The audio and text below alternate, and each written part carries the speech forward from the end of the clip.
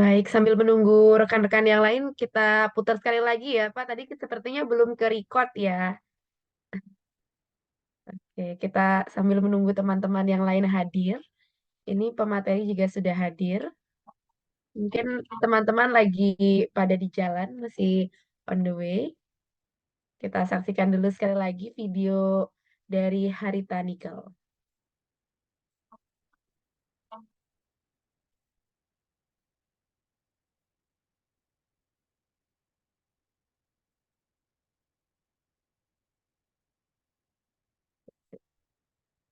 Sebentar, sepertinya ada kendala.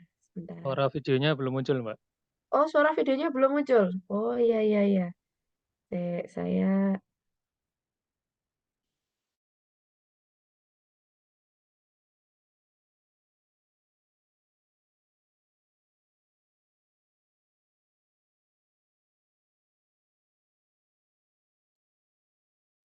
cek-cek. Udah muncul belum suaranya, Mas? Suara videonya sih itu tadi suaranya Mbak Mayumi udah muncul. Caranya gimana tuh, Mas? Kok saya tiba-tiba gaptek ini? Mungkin di volume videonya mungkin tadi. Ya. Hmm, Oh, coba saya tak keluar sebentar ya. Ini agak error sedikit.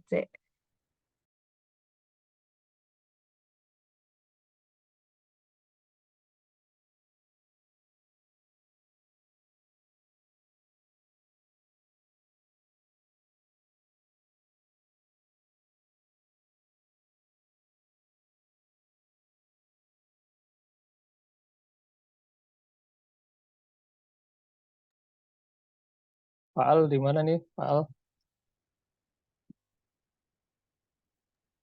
Neng omah Pak, Wah, Bogor di ya. rumah Pak Arno. Alhamdulillah. Kedengeran nggak? Suara saya jelas nggak Pak? Jelas Pak, di Bogor ya Pak ya. Iya. Kalau berisik-berisik dikit harap maklum ya. Oh iya ini. Anak-anak, anak cucu. Oh iya, mantap. Udah punya cucu berapa Pak? Oh, Baru dua. wah keren. Kirain berisik ini orang Jakarta ke Bogor. Berisik sedikit harap maklum ya Pak Arno ya. Siapa Al? Sengaja tak di rumah aja. Hebat anak-anak KGM ini ya. Malam minggu juga ngerumpinya di Zoom. Gabut Pak. Malam Bang Elin, Pak Idrus, Pak Santo, Mas Aziz, Malam, Mas Yadi, Har. Pak Siswanto. Pagi. Ah, Selamat malam, malam baik, Mas Alhamdulillah. Har. Halo, Jalan juga nih. Lagi jalan juga nih Bang lagi di Elin jalan. ini. Betul, Mas Har, lagi di jalan Ah, juga. keren. Malam malam minggu ya. Selamat malam. Malam-malam. Malam, Malam Bang buat Jarot. Dewi ya. Oke, Mas Adrian.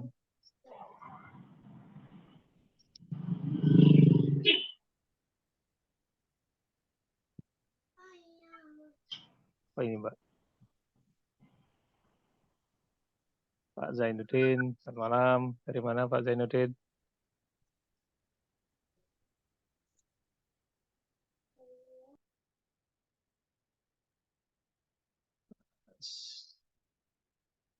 Moga dicoba lagi Mbak Mayumi videonya. Jepang berawan kayaknya nih. Belum open sedang mic. bersalju. Sedang Bersalju. bersalju. Waduh, keren. Jangan-jangan sinyalnya ketutup salju nih. Kedengeran enggak, Mas? Suaranya Mbak Yuma jelas, cuma kita coba ya videonya ya. Terdengar?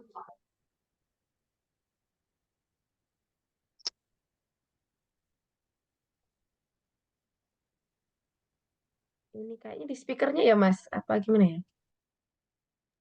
Oke, Terdengar tidak? belum muncul suaranya. Nggak tahu teman-teman yang lain muncul nggak suara videonya? Tidak ada. Oke, tidak ada. Tidak ada. Settingnya di mana ya? Ntar saya di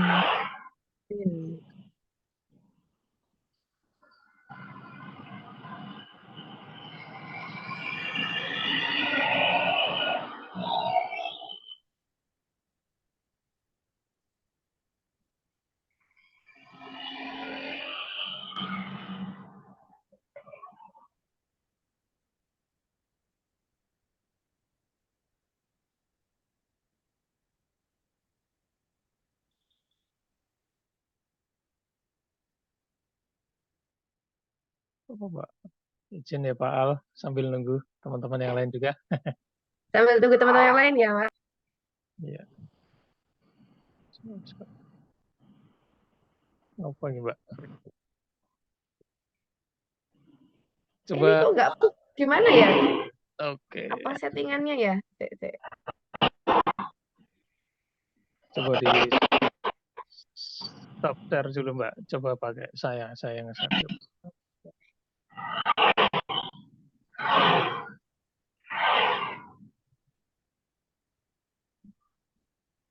Coba saya yang sharing Mbak.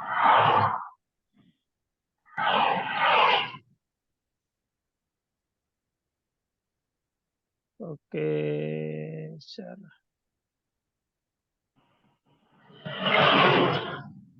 Sudah.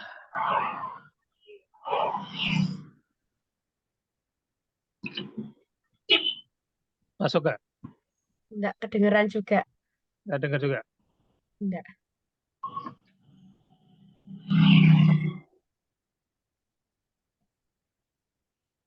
Belum muncul ya? Belum muncul.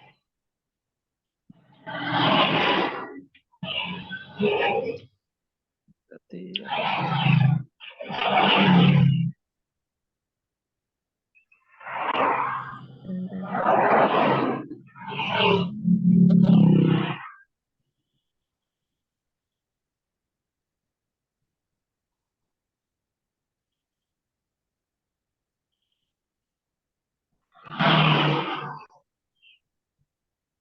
Iya mikrofon. Oke mikrofon.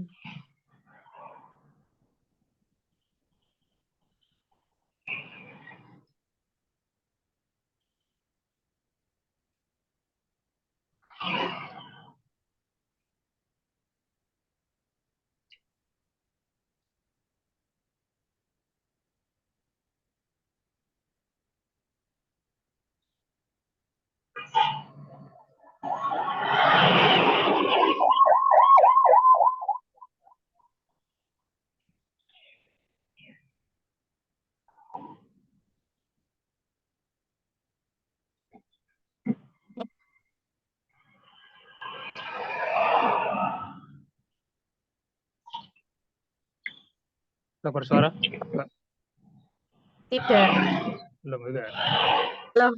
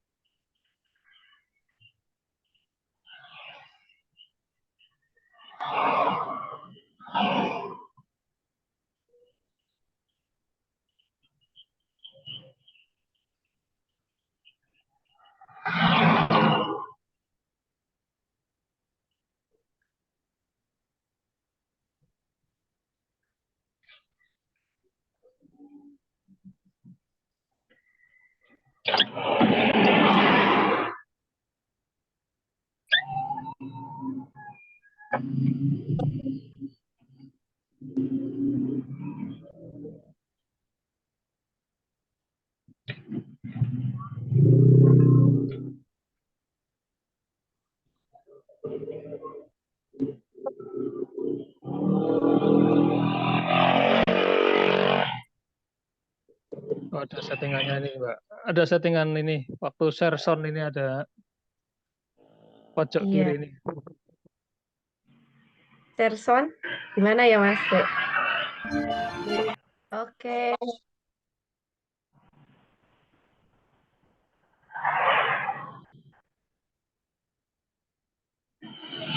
cek cek.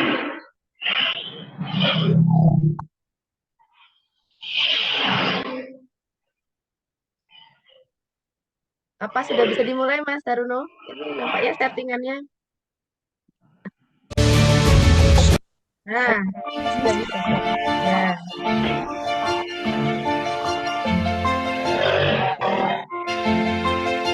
OBI, tempat lahirnya inovasi untuk negeri.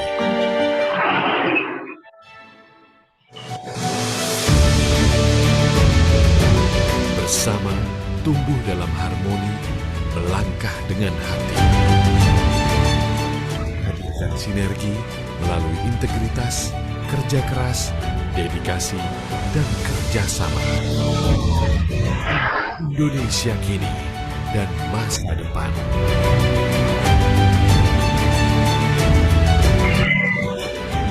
Kami tumbuh menjadi inovator, menjaga visi, membawa misi.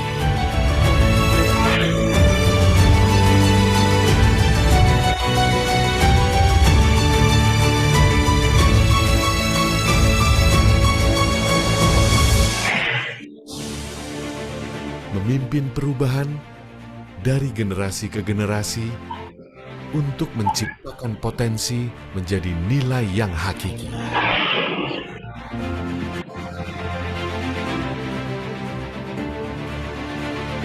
Kami bergerak bersama menjadi cahaya. Cahaya pembawa perubahan untuk kita dan masa depan bangsa penuh makna. Penuh ketulusan, kami bertanggung jawab pada perubahan. Karena OBI adalah rumah kami, jiwa kami. Tempat kami menjaganya dengan kedamaian untuk semua dan memberi arti bagi masa depan OBI. Tujuan kami menghadirkan setiap langkah pasti, inovasi, integritas, dan kebanggaan bagi negeri. Kami mendorong perubahan, menciptakan peluang dengan fokus pada kesungguhan serta tekad dan kerja keras. Bersama-sama menghadirkan kebaikan menjadi kebanggaan Indonesia. Inilah wujud nyata kesungguhan kami untuk masa depan jauh lebih berarti. Bagi generasi kini dan yang akan menanti dengan semangat sepenuh hati. Kami persembahkan dari tanah OBI untuk Ibu Pertiwi.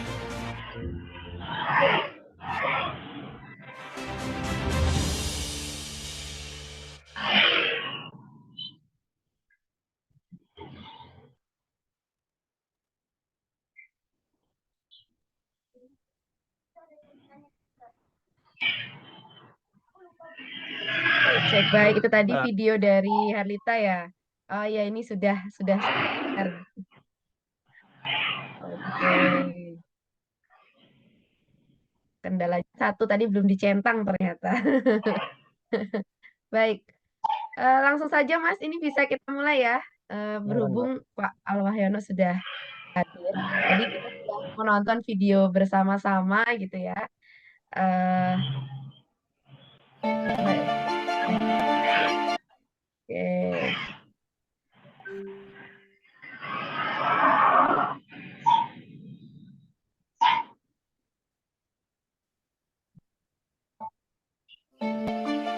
Ini kita coba setel yang lebih jelas lagi ya, teman-teman.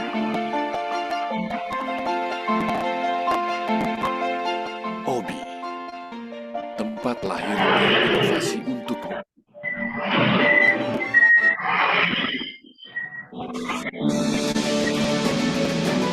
bersama tumbuh dalam harmoni, melangkah.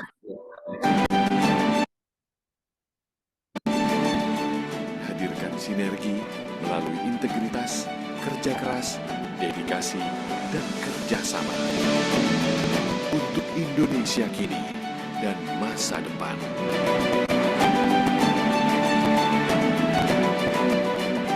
Kami tumbuh menjadi inovator, bergerak menjaga visi, membawa misi.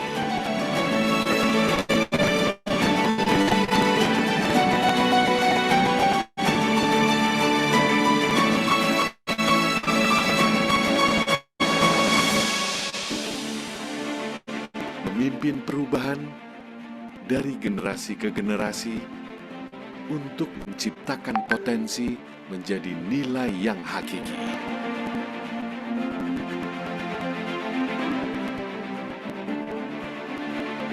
Kami bergerak bersama menjadi cahaya. Cahaya pembawa perubahan untuk mewujudkan cita-cita dan masa depan bangsa penuh makna. Dengan ketulusan, kami bertanggung jawab pada perubahan. Karena Obi adalah rumah kami, jiwa kami. Tempat kami menjaganya dengan sepenuh hati. Dengan kedamaian untuk saling berbagi dan memberi arti bagi masa depan Obi. Tujuan kami menghadirkan setiap langkah pasti melalui inovasi, integritas, dan kebanggaan bagi negeri. Kami mendorong perubahan, menciptakan peluang dengan fokus pada nilai-nilai kesungguhan serta tekad dan kerja keras. Bersama-sama menghadirkan kebaikan menjadi kebanggaan Indonesia untuk dunia. Inilah wujud nyata kesungguhan kami untuk masa depan yang jauh lebih berarti. Bagi generasi kini dan yang akan menanti dengan semangat sepenuh hati. Kami persembahkan dari tanah Obi untuk Ibu Pertiwi.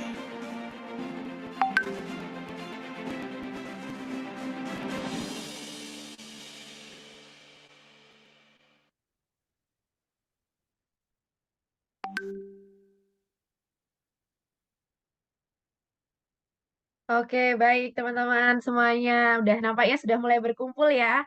Ini semua. Baik, langsung saja kita buka. Assalamualaikum warahmatullahi wabarakatuh. Shalom, Om Swastiastu, Om Namo Buddhaya. Salam sejahtera untuk kita semua. Selamat malam rekan-rekan semua. Selamat datang di acara pada malam hari ini, yaitu pada acara Kagama HSL Talk, yang mana tepatnya di tanggal 27 Januari 2024 ini, Kagama HSL Talk mengangkat tema Safety Journey to Zero Accident bersama pemateri kita pada malam hari ini yaitu Bapak Alwahono. Oke, Bapak Alwahono sudah ada di tempat ya. Baik, pertama-tama perkenalkan, di sini saya Mayumi akan menjadi pemandu acara pada malam hari ini.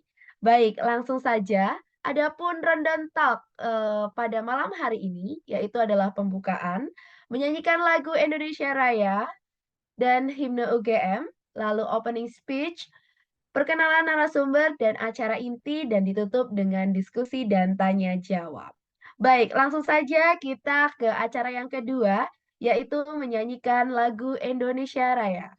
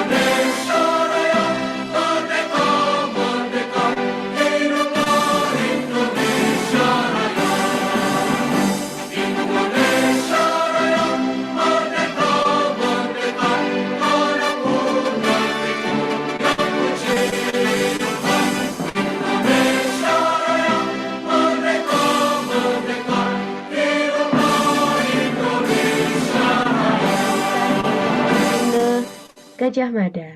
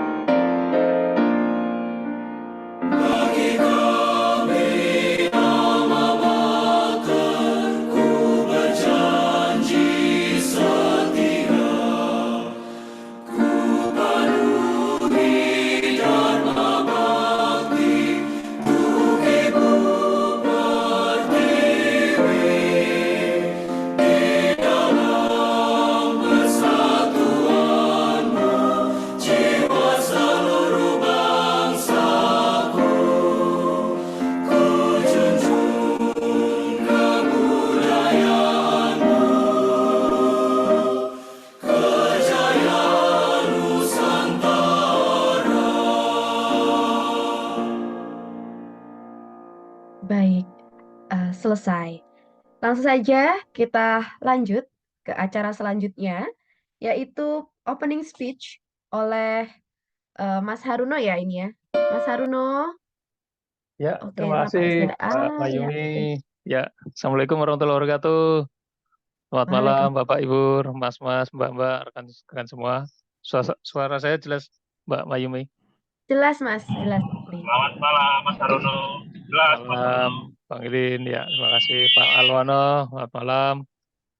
Ini Mbak Mayumi yang Malam, di Pak Jepang Haruno. aja. Siapa? Malam.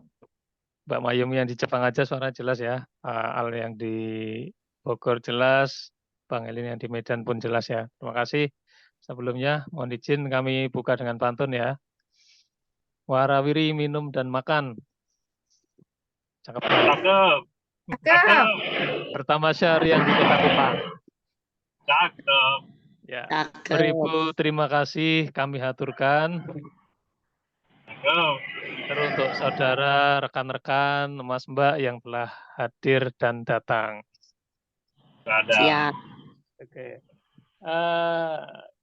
Pada pekan ini ya, pekan keempat di bulan Januari 2024, kita KKMSW alhamdulillah mengadakan ya KKMSW Talk ngangkring bersama. Kali ini bersama Pak Alwahono, praktisi yang sudah melalang melintang ya di berbagai perusahaan pertambangan, kemudian memiliki background yang bidang HSE yang sudah kuat ya. Beliau sebagai Direktur APKPI, tentulah pengalaman-pengalaman beliau sudah sangat banyak ya. Sebagaimana teman-teman ketahui, APKPI adalah Asosiasi Profesi Keselamatan Pertambangan Indonesia ya. Asosiasi ini sudah banyak ya membantu dari pemerintah maupun dari teman-teman praktisi di lapangan ya. Dari pemerintah sebagaimana teman-teman ketahui, APKPI ini merupakan asosiasi yang salah satu yang mendukung ya terbitnya SMKP ya. Itu salah satu peran sumbangsinya dari APKPI ini terhadap keselamatan pertambangan di Indonesia ya. Kita dari KKMSE, kami mewakili KKMSE, izin membuka kegiatan pada malam hari. KKMSE sudah mungkin 3 tahun lebih ya berdiri di tahun 2018 didirikan oleh Bang Helin ya, yang ada di malam ini hadir ya, Bang Helin Simatupang. Kita sudah sering mengadakan KKMSE Talk, sebagian dari mengisi juga ya, meramaikan kegiatan aspek KSE, semoga bisa mewarnai dan menambah kancah hasanah dari rekan-rekan semua ya. Moga-moga sekali lagi apa yang menjadi sharing materi dari Pak Alwahono pada malam hari ini menjadi berkah dan ilmu amal jariah ya, ilmu bermanfaat untuk Pak Alwahono dan rekan-rekan semuanya ya. Mungkin itu aja Mbak Mayumi ya, kami kembalikan kepada Mbak Mayumi sebagai moderator. Assalamualaikum warahmatullahi wabarakatuh.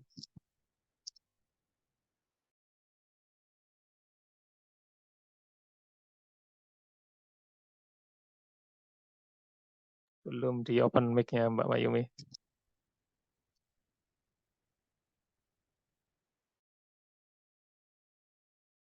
Waalaikumsalam warahmatullahi wabarakatuh. Terima kasih Mas Haruno. Oke, baik.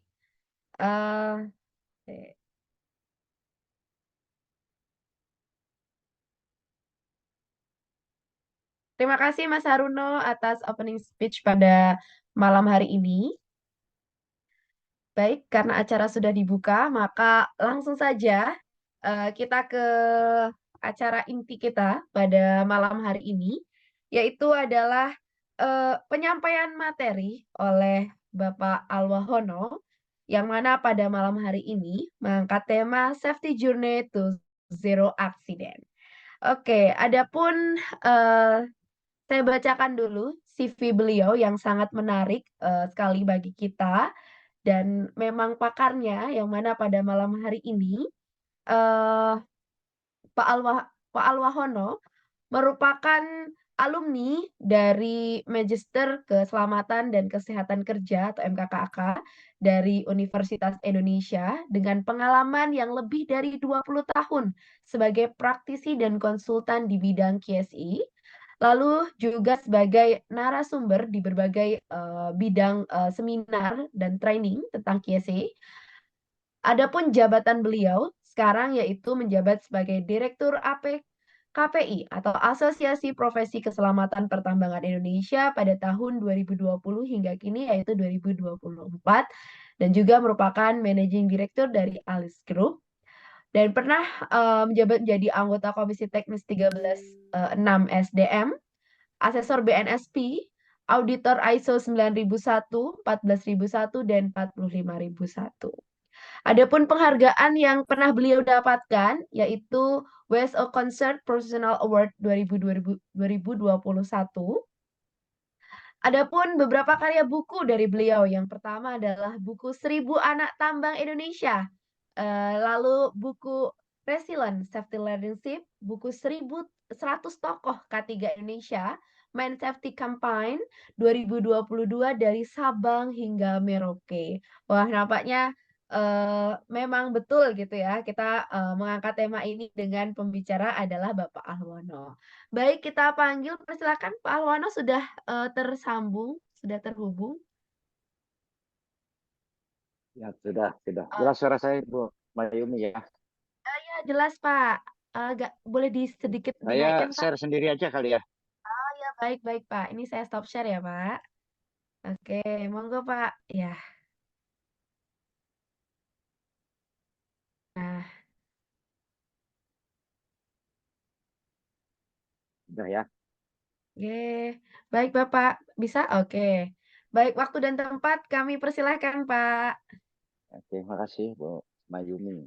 Mayumi itu cocoknya memang di Jepang. Sudah pantas sudah itu memang kalau posisinya sekarang di Jepang ya Pak Haruno ya. Yang terhormat Pak Haruno dan teman-teman semua di HSE Kagama. Ini kesekian kalinya mungkin kita bertemu dan ini pas di malam minggu, tapi ini juga malam minggu di bulan ketiga loh, ya. Jadi selama 1 bulan penuh berarti kita bisa sharing. Saya apresiasi teman-teman di HSI Agama ini. Ternyata nggak peduli malam apapun gitu kita bisa sharing. Luar biasa nih ya. Mudah-mudahan dengan semangat seperti ini bisa membuat Indonesia lebih baik lagi dalam pengelolaan keselamatan tentunya. Tadi Pak Haruno, Mbak Mayumi sudah memperkenalkan saya. Saya pikir cukup perkenalan, tapi sebenarnya karir saya lebih banyak itu. Saya dulu di tambang sebentar, kemudian saya masuk oil and gas ya, dan navigailing. Mungkin ada yang teman-teman dari Medco, saya pernah di sana, yang pernah di beberapa perusahaan migas yang BP mungkin ada di sini yang BP Petroleum ya.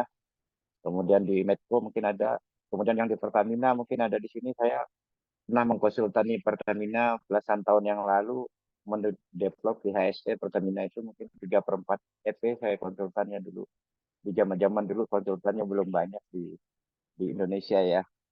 Tapi sejak tahun 2006-2007 saya mulai banyak konsen di pertambangan untuk mendevelop sistem-sistem dan mencoba berusaha memperbaiki bersama teman-teman untuk kinerja keselamatan di Republik ini. Itu sekedar sharing saja.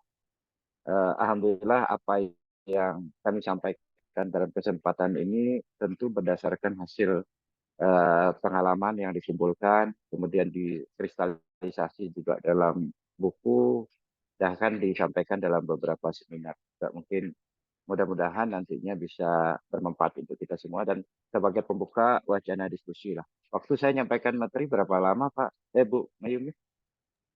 Kurang lebih 60 menit ya Pak? Oh, 60 menit lama, berarti siap sampai jam 10 malam kita ya. Gila kalau gitu. Gak apa-apa, karena ini acaranya juga malam minggu, judulnya juga uh, apa nangkring ya, nangkring berarti kita santai-santai aja. Memang kalau diskusi safety ini lebih baik kita memang santai-santai. Kalau kita lihat perkembangan performan safety di Indonesia kok recordnya makin tahun kok makin buruk ya. Padahal perjuangan kita makin hebat ya. Beberapa klaim positifnya sih bahwa dulu belum banyak tercatat gitu ya, tapi sekarang recordnya sudah banyak. Kesadaran akan jam sostek makin tinggi. Sehingga data insiden di Indonesia kalau tanya datanya mana, Naker nggak punya data sampai hari ini. Saya bisa katakan Naker punya data. Kebetulan kita sama-sama di Indospro juga ya. Kagama HSE kayaknya belum gabung di Indospro. Nanti mungkin segera Pak Aruno hukum aja kita di Indospro juga ya. Karena saya berapa kali pertemuan kayaknya belum ketemu. Data statistik kita nakar aja. Dan tenaga kerja Indonesia lebih kurang 30% itu yang ke jam sostek ya. Ini berarti kalau ada data seperti ini ada berapa persen lagi yang lebih. Nah ini memang patut kita diskusikan bagaimana membuat kinerja keselamatan di Republik ini menjadi lebih baik. Ya banyak hal ya, kalau sudah terjadi loss, kerugian, kita kan banyak sekali hal-hal yang kita sudah sadari semua dan ini hanya sebagai wacana pembuka diskusi saja bahwa kalau terjadi suatu insiden ya tidak semata-mata orangnya celaka, orangnya sakit, tetapi produksi pasti langsung hambat. Karena kunci produksi salah satunya adalah orang bekerja selamat, sehat, dan tidak ada gagalan operasi. Yaitu sebagai divisi kita untuk sharing. Nah, oleh karena itu saya melihat dalam perkembangan hingga kini bahwa menurut kami gitu ya, kunci keselamatan itu satu. Kalau kita mau sukses pola keselamatan, yang pertama kita melakukan sebuah pekerjaan harus pada risiko yang dapat diterima. Bagaimana risiko dapat diterima berdasarkan manajemen risiko yang ada di setiap organisasi tentunya. Kemudian semua pekerja harus dalam keadaan sehat dan harus ini. Kegiatan operasional kita aman, efisien, dan produktif. Dan pada prinsipnya semua insiden itu dapat kita cegah. Ya. Harus ada tindakan prevention kita. Nah, oleh karena itu dalam perkembangannya, kalaupun kita bekerja, misal 10 tahun kita bekerja dalam keadaan aman, tapi satu kali saja kita hilap dan lengah, maka kita akan celaka. Maka saya selalu bilang, safety harus 100%. Safety itu tidak boleh hilap, safety itu tidak boleh lupa, ya, apalagi sengaja gitu ya, untuk pelanggaran terhadap prosedur atau standar keselamatan kita. Jadi safety harus 100%. Jadi udah 10 tahun kita kerja, 20 tahun begitu ini kecelakaan ya insiden selesai, ya. Nah, oleh karena itu safety perlu strategi yang kuat. Kalau 99% saja melaksanakan safety, menurut kami itu sama dengan nol, ya. Dan pada akhirnya sekian tahun kita bekerja safe dan begitu terjadi insiden ya selesai gitu. Bisa cacat, bisa meninggal, bahkan ada kerugian lain yang sangat luar biasa. Safety sama dengan 100%, 99% sama dengan ini sebagai satu mindset yang ada di kepala kita bahwa safety tidak boleh lengah dan itu. Kemudian ini satu pertanyaan yang sangat luar biasa dan sulit untuk bisa dijawab. Berbagai strategi yang sudah kita lakukan tentu di berbagai organisasi kita, di perusahaan, tentunya dari teman-teman agama ini adalah teman-teman yang secara akademisi sudah melewati akademisi yang luar biasa, cerdas dan lain-lain, kemudian masuk ke perusahaan untuk menyelamatkan perusahaannya masing-masing ya. Nah, persoalannya kalau kita berbicara tentang keselamatan itu dari mulai dia mulai operasional sampai dia selesai, mulai masuk kerja sampai dia pulang kerja, itu harus dijaga terus-menerus, tidak bisa berhenti dalam menjaga. Nah, pelaksanaan hari-hari kita dalam keselamatan itu berbagai masalah muncul biasanya. Wah, alasan macam-macam. Tidak memenuhi prosedur lah, kerja yang tidak mempunyai perilaku selamat lah, perusahaan yang standarnya tidak tersedia lah, gitu ya. Peralatannya tidak memadai, proses untuk pemeriksaan dan lain-lain tidak sesuai, commissioning alat tidak sesuai. Jadi safety itu complicated yang semuanya terintegrasi dengan seluruh bagian, terutama di dalam setiap proses. Jadi safety itu terintegrasi dalam setiap proses-proses kita.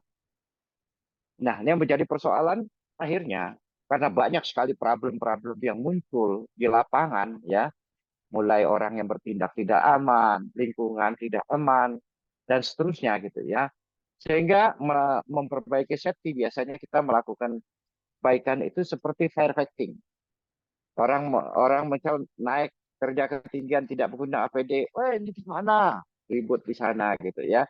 Kemudian orang mengoperasi alat tidak pakai seatbelt gitu, gimana gitu ya. Mundur tidak harus diklakson gimana. Jadi much gitu. Sangat complicated sekali persoalan safety. Nah, oleh karena itu, bagaimana cara bisa membuat dia menjadi zero incident, padahal problem yang dihadapi itu segitu complicatednya. Nah, ini menarik untuk diskusi karena ini dari bahan inilah yang bertahun-tahun kami coba cerna ya, coba analisis. Kalau pelaksanaan safety itu seperti firefighting yang dilaksanakan atau hanya sebagai jargon-jargon, rasanya safety itu sulit untuk kita bisa lakukan dengan baik. Nah, oleh karena itu kami coba membuat satu, kemarin juga menjadi diskusi nasional juga, bahwa untuk memperbaiki safety itu perlu ada dua bagian besar selain regulasi dari negara yang yang bisa kita lakukan dalam organisasi ya. Kalau secara puncak pastilah pemerintahan punya peranan di dalamnya. Nah, dalam mengelola safety itu ada dua bagian yang penting. Yang pertama adalah yang bersifat strategik. Jadi yang strategik itu adalah dari organisasi, ya, dari pimpinan puncak organisasi utamanya. Yang pertama adalah apakah di dalam organisasi itu sudah dimasukkan visi misi belum? Ya, visi misi keselamatan sudah terintegrasi dalam sebuah organisasi belum? Banyak yang berteriak, tetapi bukan menjadi visi. Jadi kalau kita tentu yang insan-insan akademis, yang kemudian hari ini kita menjadi praktisi, melihat ini puncak problemnya, di visi misi saja tidak masuk kadang-kadang. Sehingga kita disiksa di lapangan seperti firefighting saja. Kita Sabtu lelah, tengah malam mau tidur aja susah gitu. Telepon sana, telepon sini, masalah A, masalah B nggak selesai. Padahal di lapangan kita sudah jungkir balik. Yang kedua adalah hubungan dengan value, dengan nilai di dalam organisasi itu. Apakah safety itu menjadi mempunyai nilai yang penting tidak? Menjadi nilai yang utama tidak? Jangan-jangan mulai dari ownernya, mulai dari top manajemennya, menganggap safety itu hanya pelengkap pemenuhan regulasi atau sekedar persyaratan yang harus dipenuhi. Sehingga nilai atau value yang dimiliki dalam organisasi itu tidak seperti yang diucapkan. Sehingga para pimpinan pun sering memberikan instruksi kepada kita untuk standar-standar atau pekerjaan yang tidak memenuhi syarat keselamatan pun di atau perabas juga gitu ya. Itu banyak sekali. Jadi sistem sudah bagus, standar sudah bagus, tapi value nggak dapat di dalam organisasi. Rasa-rasanya sulit juga kita untuk membuat safety itu lebih baik. Contoh lagi gitu ya, karena perusahaan tidak memperhatikan, tidak mempunyai nilai keselamatan, peralatan yang dibeli, yang penting murah dan cukup umur sesuai harapan, tapi tidak mempertimbangkan keselamatan. Dalam pembelian alat peralatan dan teknologi, bagian keselamatan biasanya tidak dilibatkan dan seterusnya. Ya, banyak di dalam organisasi orang procurement saja, yang mereka nggak tahu juga, gitu ya. Nah ini contoh saja. Kemudian bagaimana organization culture? Apakah sudah menjadi budaya belum di dalam organisasi? Di Indonesia dan banyak perusahaan-perusahaan di Republik ini ingin menjadikan safety sebagai budaya yang kita sebut safety culture. Tapi kalau kita datang ke dalam satu organisasi atau perusahaan, ditanya budaya safety yang dimaukan perusahaan itu seperti apa? Kalau orang Jogja, gitu ya, budaya orang Jawa, gitu ya, harus pakai belangkon seperti ini, gitu ya, harus bajunya seperti ini. Nek mantenan baju seperti ini jelas gitu budayanya. Nek anak muda bicara sama orang tua seperti ini. Gitu. Jadi tata krama itu menjadi satu bagian dari budaya. Sekarang saya tanya di dalam organisasi, budaya ketiganya apa? Ya pokoknya tidak melanggar aturan. Aturannya mana? Sekarang banyak kita kalau merasakan aturan juga tidak selamat. Karena aturan tidak pernah direview, tidak pernah dicek, tidak pernah sesuai. Tidak melakukan manajemen risiko. Begitu cek, manajemen risiko hanya kepentingan audit. Bukan tujuan melakukan treatment, melakukan pengolahan. Sehingga risiko-risiko benar-benar dapat dikendalikan secara efektif. Nah, culture, monggo kita koreksi teman-teman yang di ASC Kagama ini. Balik ke organisasinya, kalau ada kata-kata mau membuat budaya keselamatan organisasinya, budaya seperti apa? Nggak usah banyak-banyak dulu, 10 budaya juga boleh. Ya, 10 dulu yang mau kita buat, kita ukur. Ini kita ngukurnya ngikutin Amerika, ngikutin Australia, ngikutin Inggris, ngikutin macam-macam gitu ya. Yang maunya secara complicated, tidak sesuai dengan culture yang diharapkan budaya. Nah, culture yang diharapkan oleh orang lain, itu yang diukur di tempat kita. Tapi kita pelajari, diambil referensi dari semua culture lain, kita bahas, kita diskusikan dalam organisasi, mana culture yang paling cocok buat kami. Mana organisasi culture yang cocok buat kita. Maka saya kalau menyampaikan materi, saya bilang, ada 7 langkah untuk membangun culture perusahaan. Yang saya selalu sampaikan. Salah satunya itu. Jadi baca saja, silakan gunakan literasi dari berbagai negara manapun, cocokkan dengan kita siap di mana. Sehingga seluruh organisasi harus tahu. Sampai tukang sapu pun harus tahu budaya kita seperti ini. Ya, orang Jawa itu sampai petani juga tahu kok pakaian adatnya seperti apa. Dan itu konsisten. Kedua adalah manajemen melakukan review terhadap sesuatu. Ini strategik. Kemudian kebijakan, kemudian dalam sistem ada rapat tinjauan dilakukan oleh manajemen. Ini juga harus menjadi mindset dari manajemen. Jadi secara sadar dan tidak sadar, manajemen pun, organisasi pun sudah bekerja. Pimpinan-pimpinan yang bertanggung jawab terorganisasi memiliki mindset bagaimana strategik dalam pengelolaan keselamatan. Nah, yang kedua, hal-hal yang besar itu dilakukan oleh pimpinan puncak, pemegang kebijakan dalam organisasi. Tetapi ada hal-hal kecil yang pimpinan puncak juga nggak mungkin turun. Sebagai implementasi di lapangan, maka itu melakukan approach dan pendekatan secara operasional di lapangan. Nah, kalau di atas tadi bukan hanya manajemen representatif, MR termasuk manajemen risiko juga ya. Nah, di bawah itu cukup di IBPR. Ini pekerjaannya, ini bahaya risikonya, ini pengendalian. Ini dataran operasional. Ini bahaya risikonya, maka sebut IBPR. Tidak perlu ke manajemen risiko untuk level bawah. Ya, ini bahaya, ini risiko, ini pengendaliannya. Kita lihat banyak sekali insiden-insiden terjadi, ya, yang sederhana-sederhana saja, ya. Banyak gitu ya. Contoh ya, lagi di dalam unit yang tinggi berapa meter gitu. Begitu bagi makanan dilempar, yang atas nyambut dia jatuh. Pergi ke kamar mandi di area yang licin dia jatuh. Siapa yang bisa melakukan ini? Manajemen membuat kebijakan, tetapi setiap individu di dalam organisasi dan pimpinan-pimpinan unit kerja dalam organisasi itulah yang bisa mengatur di area masing-masing. Nah, ini lebih kepada tingkat operasional tentunya ya. BPR, risk control, implementasi, inspeksi, evaluasi, dan tentunya tindak lanjut. Oke, ini strategi awal. Maka kalau kita membenahi organisasi, jika tidak mau insiden, maka harus menjelaskan atau mendescribe-nya mana yang masuk ke dalam strategik, yang mana masuk ke dalam level operasional. Sehingga nanti lebih mudah. Ya, nanti silakan kita diskusi. Selanjutnya, kita harus belajar juga dari evolution of safety yang teman-teman bisa baca di mana aja. Di internet, di YouTube, di mana-mana bisa baca. Apa itu evolution of safety gitu ya. Bagaimana perkembangan keselamatan dari waktu ke waktu. Nah, ini kita harus memahami ini sebagai para praktisi HSE di Indonesia. Perlu memahami ini. Kenapa? Karena kita harus paham lingkup pengelolaan keselamatan ada di mana. Nah, awal-awal pendekatan safety, pengelolaan keselamatan lebih banyak kepada technical faktor, kepada engineering, penyediaan peralatan yang ergonomik, dan seterusnya. Selanjutnya, berkembang ilmu terhadap human. Nah, technical faktor ini berkembang di era sebelum 70-an, dari era-era awal sampai 70-an. Itu lebih banyak ke technical faktor. Bahwa kalau safety mau bagus, alatnya harus sesuai, harus ini. Ternyata, alat peralatannya sudah oke, baik, masih saja manusianya sekarang jadi PR. Human faktornya. Maka tahun 70-an sampai dengan tahun 90, ini berkembang buku-buku terkait dengan human factor, human error. Sehingga kalau hari ini masih banyak yang blame people juga, ya, menyatakan orang salah setiap ada kecelakaan, padahal teknikal, pembelian alat, permesinan yang digunakan itu tidak sesuai, salahnya ke human juga sekarang. Karena memang otak kita ini banyak diisi dengan buku-buku dan literasi di antara tahun 70 sampai 90 bahkan menjelang tahun 2000. Ya, karena otak kita lebih banyak bahas itu. Jadi tidak cukup dengan technical human factor.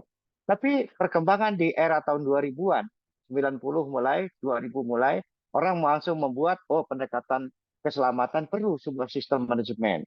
Ternyata peranan organisasi sangat penting terhadap suksesnya pengelolaan keselamatan dalam sebuah organisasi.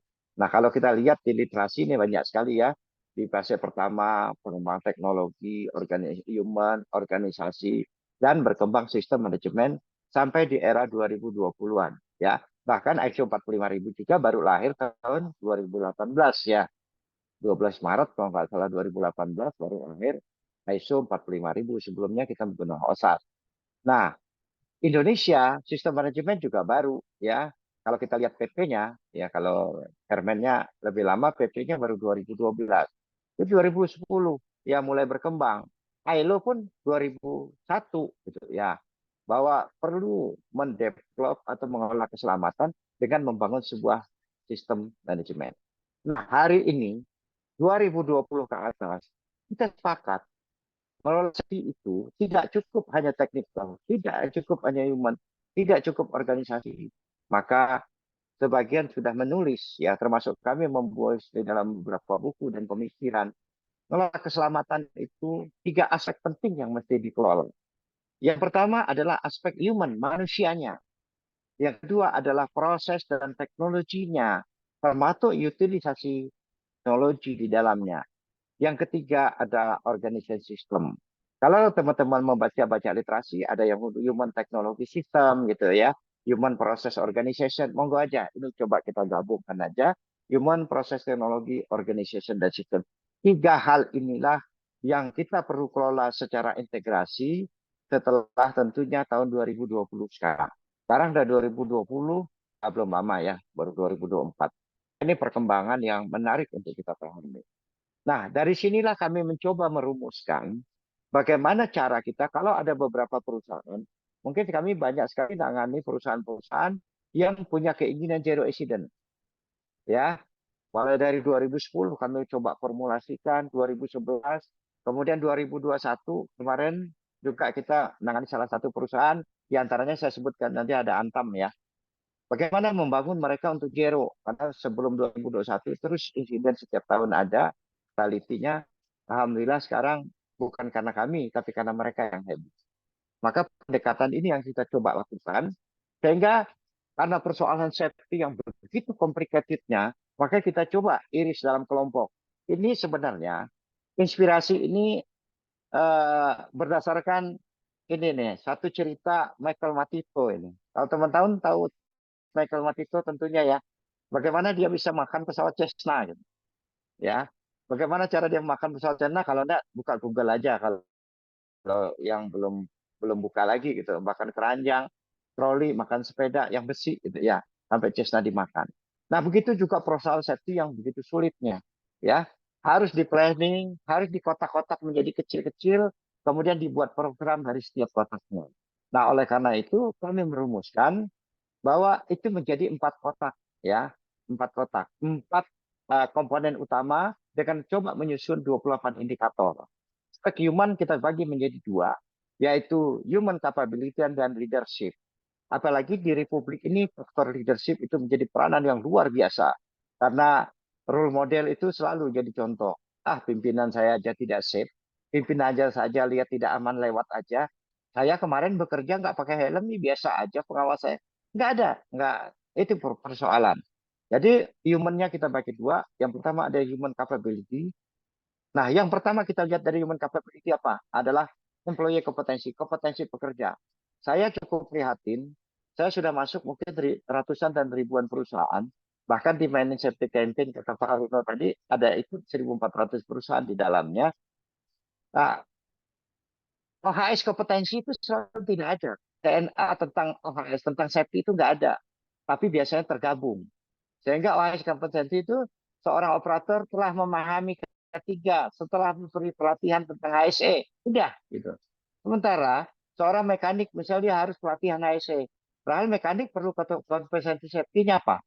1, mekanik harus tahu bahaya risiko. 2, mekanik harus tahu loto.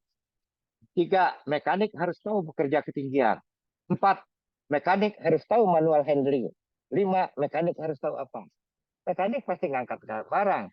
Mekanik pasti mungkin bekerja di 1,8 meter up. Ya kan? Ini contoh. Nah, ini tidak teridentifikasi. Maka rumus penyelesaian pertama, 1, dilakukan employee kompetensi, itu dianalisa, kemudian penuhi kompetensi. Berikutnya baru mindset, persepsi, peran serta, pemenuhan prosedur, dan behavior.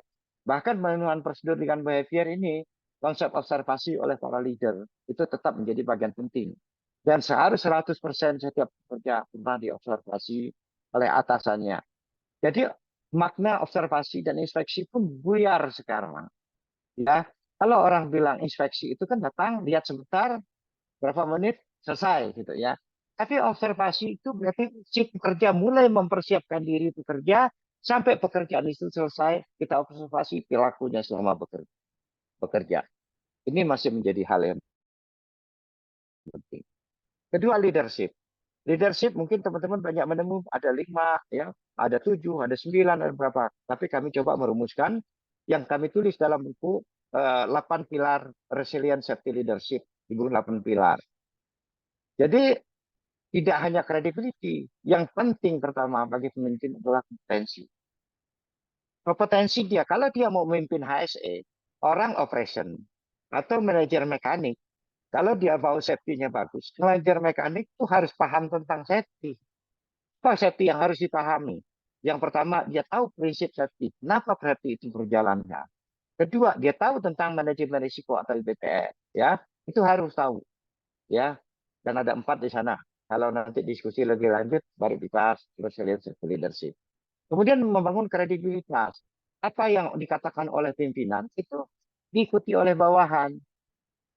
Kata-kata tidak populer pun kalau bisa diikuti oleh bawahan. Maka pemimpin atau leadernya harus memiliki kredibilitas. Nah, kredibilitas itu dibangun dengan 3 hal. Yang pertama, kredibilitas dibangun dengan apa? Kredibilitas dibangun pertama dengan komitmen. Komitmen dengan safety, para pemimpin komitmen. Yang kedua, dibangun dengan apa? Dengan konsisten. Yang kami sebut dengan KKI, ya. Komitmen, konsisten, dan yang berikut adalah integrity. Integrity. Apa yang dia katakan, itu juga yang dilakukan. Dia memiliki integritas, saat dia KKI, pastilah dia memiliki integritas, dan seterusnya, ya.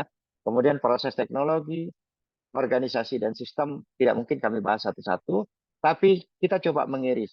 Jadi nanti organisasi yang ingin zero incident, itu salah satu upayanya di human-nya, ini program human-nya. Di leadership ini yang harus dilakukan. Proses teknologi ini harus dilakukan. Organisasi, katakanlah manajemen risiko.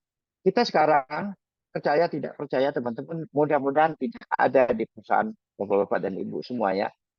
Jadi kalau manajemen risiko itu untuk apa sih bikin IBPR dan manajemen risiko? Untuk audit. Kenapa? Ada di dalam organisasi itu bisa lahir instruksi kerja, bisa lahir GSA. Begitu dicek ke IBPR-nya nggak ada. Ya, jadi IBPR itu identifikasi bahaya risiko, kemudian menetapkan pengendalian. Dalam pengendaliannya nanti ditetapkan kalau risikonya masih tinggi, biasanya ditindaklanjuti dengan HACCP yang proses, kan. Identifikasi bahaya lanjutannya dengan failure mode effect analysis, namanya, dengan diagram Ishikawa, atau yang paling membuat prosedur kerja aman dengan JSA. JSA itu bikin identifikasi bahaya lagi. Setiap langkah diurai bahayanya, dibuat pengendaliannya. Itu harusnya lahir dari ini. Kemudian perusahaan itu sudah mendefinisikan ada berapa risiko kritisnya. Banyak perusahaan menetapkan risiko-risiko kritis, risiko utama, golden rule, tapi tidak bisa ditelusur kepada manajemen risiko. Sesungguhnya semua manajemen risiko itu tidak berguna karena tidak inline. Ya, prosedur dan standar bisa lahir tanpa risk management yang berkaitan. Itu ada hal-hal yang loncat-loncat dan tidak sistem namanya pendekatan. Monggo teman-teman yang berbasis akademis di sini tentunya bisa melihat ini. Maaf kalau saya berbicara agak detail gini, agak ini karena basisnya teman-teman akademis. Tapi saat saya berbicara di lapangan dengan para operator, saya tidak akan membicarakan konsep berpikir seperti ini. Karena konsep berpikir seperti ini hanya digunakan oleh orang-orang strategik, terutama teman-teman HSE, agama, dan orang-orang memegang posisi dalam organisasi. Kalau di lapangan langsung sakit kepalanya mikir. Nah, akhirnya kami juga coba menyusun bagaimana cara membangun sebuah journey. Ini kalau nggak salah tahun berapa kita susun, belum lama, beberapa tahun terakhir, kita menyusun sebuah journey. Kalau mau safety mencapai zero incident, maka kita perlu sebuah journey. Ya, tadi saya singkat jelas saja, singkat saja ya, waktunya juga kan. Nanti kalau saya diajak ngomong, maka saya tanya, Mbak Mayumi, kalau saya disuruh bicara sehari, maka saya sehari dengan 2 slide. Gitu. Tapi saya bicara 10 menit, saya pun 10 menit. Gitu. Bicara 60 menit, saya cukup 40 menit karena malam minggu. Ya, oke ya. Safety journey. Saya coba membawa sebuah safety journey. Jadi sengaja slide-nya kita langsung, biasa kita satu-satu. Tapi karena lewat Zoom biasa nggak bisa, nanti susah munculnya. Nah, untuk membangun keselamatan, ini adalah menurunkan insiden rate, ya. Insiden rate kita dari kiri ke kanan. Ini salah satu pola pikir yang mau kita buat. Tapi pada prakteknya ini saling beririsan, oke? Ya, pada praktek. Tapi journey itu perlu menjadi sebuah program yang menarik untuk membangun zero. Yang pertama, organisasi ini basic kami anggap basic. Sebenarnya di atas ini banyak lagi, gitu ya. Pertama, regulasi harus dipatuhi. regulasi adalah satu kewajiban memang harus dipenuhi. Ya, jadi kalau mau insidennya baik, kalau selamat baik, tentu kita patuhi aturan.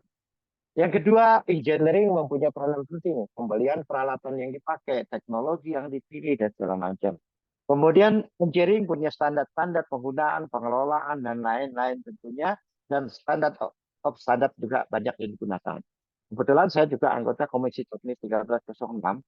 Saya kadang-kadang cukup prihatin. Kita ngerjain standar itu sekarang dari tahun kemarin, sekarang standarnya 23 standar. Tapi standar ini rata-rata tidak diterapkan. Karena standar nasional, SNI, KKNI hanya dijadikan referensi di Republik ini. Dan ini dinyatakan wajib apabila ada pembina usaha atau keputusan menterinya yang menyatakan itu wajib. Sayangnya karena tidak menjadi wajib, saya lihat misalnya katakanlah kita buat mengenai rambu-rambu jalan, ya, jalan produksi, itu biasanya nggak banyak dipatuhi. Saya kemarin kita baru menyelesaikan SNI insiden investigasi. Karena kita tuh sedih sebenarnya Republik ini. Lebih banyak kita menggunakan insiden investigasi dengan pola pikir Hendrik tahun 29 tahun 31. Yang kemudian dibenahi oleh Frankfurt tahun 79, disebarluaskan tahun 80 dan ditulis dalam buku LCI tahun 85. Itu yang kita pakai. Sementara ilmu orang saat itu hanya engineering dan human, ya. Belum berbicara tentang organization, belum berbicara tentang sistem.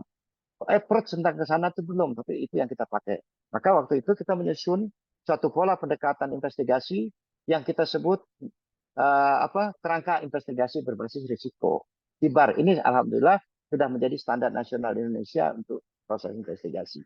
Nah, sometimes kita bila mengulas ini lebih dalam ya teman-teman HSC Agama mungkin ada di berbagai sektor, mungkin ada juga di aviation, di tambang atau dimanapun ya. Ini menarik untuk diskusi di sektoral juga kita semua. Nah, ini awal. Nah, standar-standar ini tentu kita praktis HSC melihat, membaca organisasi kita sudah merujuk belum. Tapi tentu yang kita gunakan yang berfaedah dan bermanfaat sesuai dengan organisasi kita. Jangan semua standar dan aturan juga kalau tidak relevan. Nah, dari situ basis safety kita. Karena ini sesuatu yang wajib dasar. Kemudian, bagaimana kita mengelola organisasi itu bisa baik. Produksi dan proses-proses dapat dikelola baik. Maka bukan hanya kita, dunia pun bersepakat. Sampai yang sekarang ini, mau membangun perusahaan pun sesuai dengan PP nomor 5 tahun 2001. Mau ngurus izin usaha pun berbasis risiko. Betul ya? Jadi mengurus izin perusahaan kalau teman-teman mau buat CP, buat PT nanti harus berbasis risiko. Risiko apa sih yang dinilai? Ada 4 risiko nilai untuk mendirikan perusahaan. Yang pertama risiko keselamatan, 2 risiko kesehatan, 3 risiko lingkungan, 4 risiko keberlangsungan usaha. Dari situ baru dilihat bahwa perusahaan itu termasuk perusahaan yang berisiko tinggi atau perusahaan yang risikonya rendah, sangat rendah. Nah, demikian juga dalam semua proses kita. Maka agar kita bisa mencapai zero ini, risk management kita jalankan dalam organisasi. Berbicara risk management, kita bahas juga ya. Kita bisa diskusi lebih lanjut, teman-teman bisa belajar. Tapi ini satu journey saja. Kemudian yang berikutnya, risk management itu perlu terintegrasi dalam sebuah sistem manajemen. Maka manajemen risiko ISO 31000 tidak perlu disertifikasi. Ya, dia lebih kepada guideline, tapi disertifikasi sistem. Tapi dia harus bersifat inklusif dan terintegrasi di dalam sebuah organisasi dan sistem-sistem manajemen lainnya. Maka kelola keselamatan berikutnya perlu sistem manajemen. Nah, seperti Pak Arun sampaikan tadi, kita dulu auditor sistem saya lama sekali, mulai dari OSAS, bahkan saya sudah mulai konsultan sistem dari versi ISO 94 ya, belum 2000 ya. Nah, setelah sistem-sistem itu dijalankan, organisasi banyak yang sertifikasi dan seterusnya, problem safety kok belum sempurna betul ya. Padahal waktu saya yakin betul kalau kerja keselamatan itu akan baik, kita mutu baik, lingkungan akan baik. Tapi ada kunci lain yang membuat itu tidak berhasil dengan baik. yaitu para leader, pemimpin dan komitmen para pemimpin. Maka setelah kita nyusun beberapa standar, ya ditambang juga ikut sebagai tim nyusun SMKP dan lain-lain, kunci keberhasilan berikutnya setelah paham tim adalah leadership dan komitmen. Nah, setelah dulu bicara sih, maka sekarang saya banyak lagi menyampaikan leadership sampai nulis buku karena saya tidak mampu datang ke semua tempat meminta memenuhi permintaan teman-teman, maka saya tulis saja buku, mereka baca dan bedah buku sajalah. Oke. Nah, kalau sistem yang baik, leadership tercipta tadi dengan resilience leadership, maka akan terbentuk perilaku-perilaku yang sesuai. Nah, ini ada diskusi menarik sekilas. Perilakunya di dalam organisasi saya juga nggak ngerti kadang-kadang. Saya masuk ke organisasi. Kalau begitu ada insiden, katakanlah supir kita, gitu, driver kita, ditanya ke bosnya, itu insiden kenapa supirmu? Biasalah perilakunya Pak. Itu kerja di bawa unit kenapa? Biasa perilaku operator. Saya tanya operator, Mas operator, Mas driver, perilaku yang diharapkan bosmu itu apa sih? Nggak tahu dia Pak. Karena tidak terdefinisi perilaku itu terlalu luas. Nah, ditanya ke manajernya tadi, si bosnya, bos, perilaku yang kamu inginkan dari karyawanmu apa? Pokoknya dia safety gitu. Nah, kalau kita mau membuat perilaku baik, maka definisikan 10. Tahun ini kita punya 10 perilaku yang harus ditetapkan. 1, 2, 3, 4, 5. 6, 7, 8, 9, 10 atau 5 dulu lah, nggak sanggup banyak-banyak. Bikin 5 perilaku inti di dalam organisasi itu. Nah, perilaku itulah dijadikan kesepakatan. Kalau kita mengevaluasi perilaku orang, harus tahu perilaku yang diharapkan itu, yang objeknya tahu, subjeknya tahu, bosnya tahu, anak buah tahu. Ini loh perilaku yang kita sepakati. Itu juga yang menyebabkan suami istri sering berantem di rumah. Kenapa? Ya, kalau teman-teman anak muda pacaran sering berantem di rumah, ekspektasinya berbeda-beda, nggak ada yang disepakati. Di tempat kerja berbeda-beda, rusuhlah bos sama anak buah. Nah, disitulah akhirnya saling blame people, salah menyalahkan orang. Perilaku itu kalau saya disepakati, perilakunya apa? Orang lain, kami perilakunya banyak banget, kami belum siap bro. Kami ini baru buat 5 dulu, itu saja sudah tersiap-siap. Jangan kencing di pinggir jalan aja udah susah, gitu misalnya. Kayak APD udah nggak keren banget, udah zaman dulu masa hari gini masih APD. Tapi di kami masih banyak yang belum, perilakunya masih APD, contohnya itu. Dan seterusnya, monggo aja. Maka kalau saya nyusun di tempat, saya selalu mendefinisikan perilaku yang disepakati apa. Ya, ada beberapa perusahaan kita bikin. Ada yang sifat, ada yang bikin apa gitu, nama perilakunya. Jadi, nah buah bos sepakat perilaku. Ini loh. Nah, sehingga bisa kompak. Karena bos tidak, pimpinan tidak mungkin mencontohkan perilaku kepada bawahan, untuk bawahan tertutur sama dia. Kecuali perilaku tertentu saja. Bosnya misalnya rajin sholat, anak buah nggak mungkin dia bisa rajin sholat, belum tentu. Agama juga beda. Bosnya mau karaoke di sini, ceritain sama anak buahnya. Bos tuh suka karaoke tuh, ngapain ikut kata-kata dia? Kan susah. Terserah kelakuan di luar, tapi di tempat kerja sepakati 10, sepakati 20 atau 5. Demikian juga culture. Ya, sepakati culture organisasi seperti apa. Nah, baru kita bangun. Membangun culture, tentu kita harus merubah mindset orang, membuat semua yang kita bangun untuk orang bisa menerimanya. Kalau orang sudah bisa menerimanya, maka perubahan tetap terjadi. Contoh aja, perilaku dulu sebelum culture. Orang suruh berhenti merokok itu tidak akan pernah mau berhenti merokok. Kecuali orang itu dibangun kesadaran untuk dia berhenti. Jangan disuruh berhenti rokok, nggak bakalan. Ya, atau masuk ke area perusahaan, dibuat tidak boleh merokok, kalau merokok dipecat. Ya mau nggak mau. Ya. Tapi kalau kesadaran tidak berubah, dia tidak akan berhenti. Maka untuk bangun perubahan, yang pertama adalah bangun kesadaran orang untuk berubah. Kemudian setelah safety culture terbentuk, budaya ini kita bangun untuk apa? Budaya kita bangun itu untuk membuat orang punya karakter, punya apa ya, satu identiti, dan sebenarnya menciptakan orang yang baik. Budaya keselamatan menciptakan orang yang selamat. Jadi kalau dia sudah berbudaya, setiap orang perilakunya sudah sesuai, maka yang diinginkan dari orang adalah human performance. Performance setiap orang dalam organisasi. Kalau performance orang, dia menjaga diri, menjaga temannya, terhadap keselamatan, apa yang terjadi kira-kira? Insya Allah, zero incident itu akan terwujud. Ya, karena tidak mampu hanya dengan pengawasan, tapi semua yang dibuat untuk membangun, untuk membuat setiap dirinya sadar akan situasi. Makanya sekarang berkembang ilmu yang sekarang untuk mencegah terjadi kecelakaan adalah di situation, ya. Nah, itu contohnya, ya. Jadi membangun orang menjadi baik, tujuannya performan orangnya. Inilah satu journey yang tentu teman-teman bisa menjadi bahan diskusi dan dibedah bagaimana cara kita membangun sebuah organisasi, dan yang besar-besar tadi kita kotak kayak Michael Metito, kita dikit-dikit progres sesuai, dibuat sebuah roadmap, kemudian journey kita ikuti, journey itu apa saja komponen penting yang harus kita bangun untuk membuat organisasi dapat mencapai keselamatan yang tangguh. Maka kalau saya bilang resilient, hanya safety yang resilient yang bisa membuat insiden itu menjadi zero. Nah, ini salah satu model pencegahan insiden juga. Jadi kalau mencegah insiden tentu dari kiri ke kanan ini ya organisasi, manajemen risiko, standar dan sistem ini yang dikelola dulu.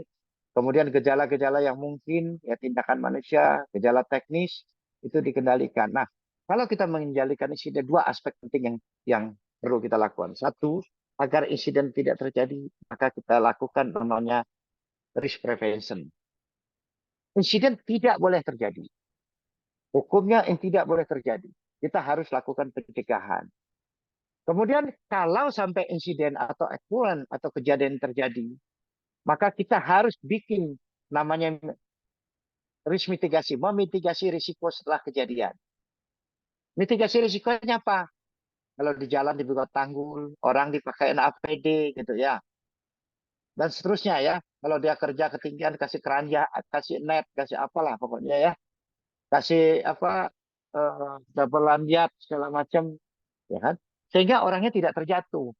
Sehingga insiden yang terjadi, orang masih banyak salah makna karena baca bukunya lama banget ya. Atau penulis buku baru tapi menulis dengan literatur lama banget gitu ya. Contoh gini, insiden dibuat 3 tingkatan, ada near miss, ada insiden, ada accident. Itu makna dulu banget gitu. Di era sebelum 2000-an. Yang benar sekarang kita terjemahkan namanya insiden dibagi dua. Yang sudah menimbulkan kerugian namanya accident, yang tidak menimbulkan kerugian namanya near miss. Nah, kalau karena itu, walaupun insiden terjadi, produksi tak boleh terganggu. Orang tak boleh celaka, maka tetap dibuat pengendalian. Maka kalau kita kendalikan, jangan sampai insiden terjadi, tapi persiapkan bila terjadi tidak menimbulkan keparahan atau tidak menimbulkan kerugian dalam organisasi. Berapa menit sudah? Kayaknya lama banget ya. Lama ya? Masih ada waktu lagi, Pak. 10 menit Ya, lagi. Masih ada berapa waktu menit? 10 menit lagi. 10 menit. Oke, buat diskusi aja lah kalau gitu ya. Oke, saya pikir saya cukupin aja ya, Bu Mayumi ya. Nanti kebanyakan. Baik. Karena teman-teman semua, saya coba, karena ini grupnya saya sampaikan karena grupnya ini adalah grup intelektual, ya grup para praktisi intelektual. Saya mengajak teman-teman melakukan approach terhadap keselamatan dengan mindset dan kerangka kerja. Jadi tidak sebagai operasional effortnya. Nanti operasional terwujud dengan sendiri apabila secara tertutup, secara operasional dan pola pendekatan, prinsip-prinsip dan kerangka pikir ini dapat. Terima kasih, cukup ya Mbak Yumi. Nanti kita diskusi saja, ngobrol-ngobrol santai. Iya. Tadi saya kayaknya terlalu serius ya ngobrolnya karena takut diomelin Mbak Mayumi. Tapi selanjutnya kita ngobrol santai sambil secangkir kopi aja.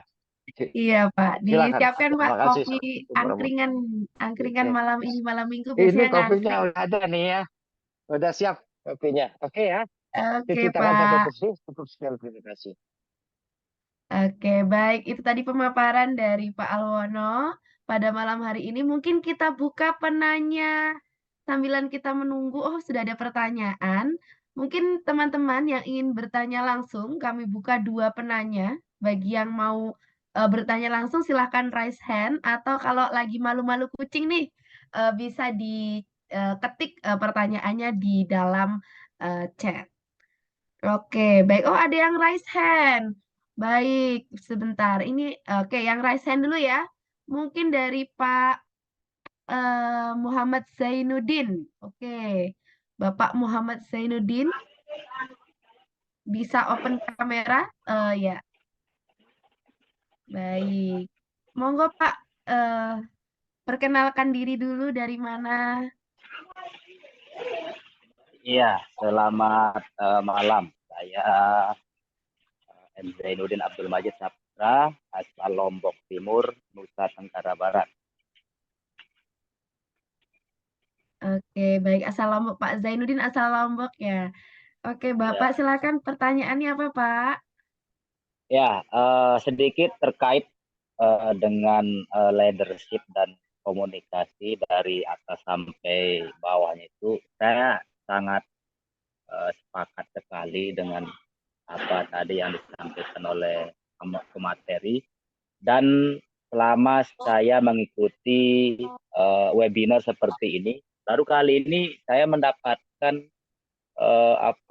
materi yang saya anggap lengkap sekali tentang penjelasan ini, tentang penjelasan itu. Pertanyaan saya terkait sama leadership. Jadi mungkin di 2021 lah baru ada yang namanya leadership termasuk di PLN. Kebetulan saya kerjanya di pelayanan teknisi dan pemeliharaan mitra PLN. Nah, pertanyaan saya, Pak, mungkin untuk aturan-aturan yang lain di dalam kecelakaan atau apa, bagaimana cara kita sebagai seorang leadership untuk mengarahkan teman-teman supaya memang benar-benar mengikuti yang namanya K3 dan SOP, Pak, seperti itu. Terima kasih, Pak.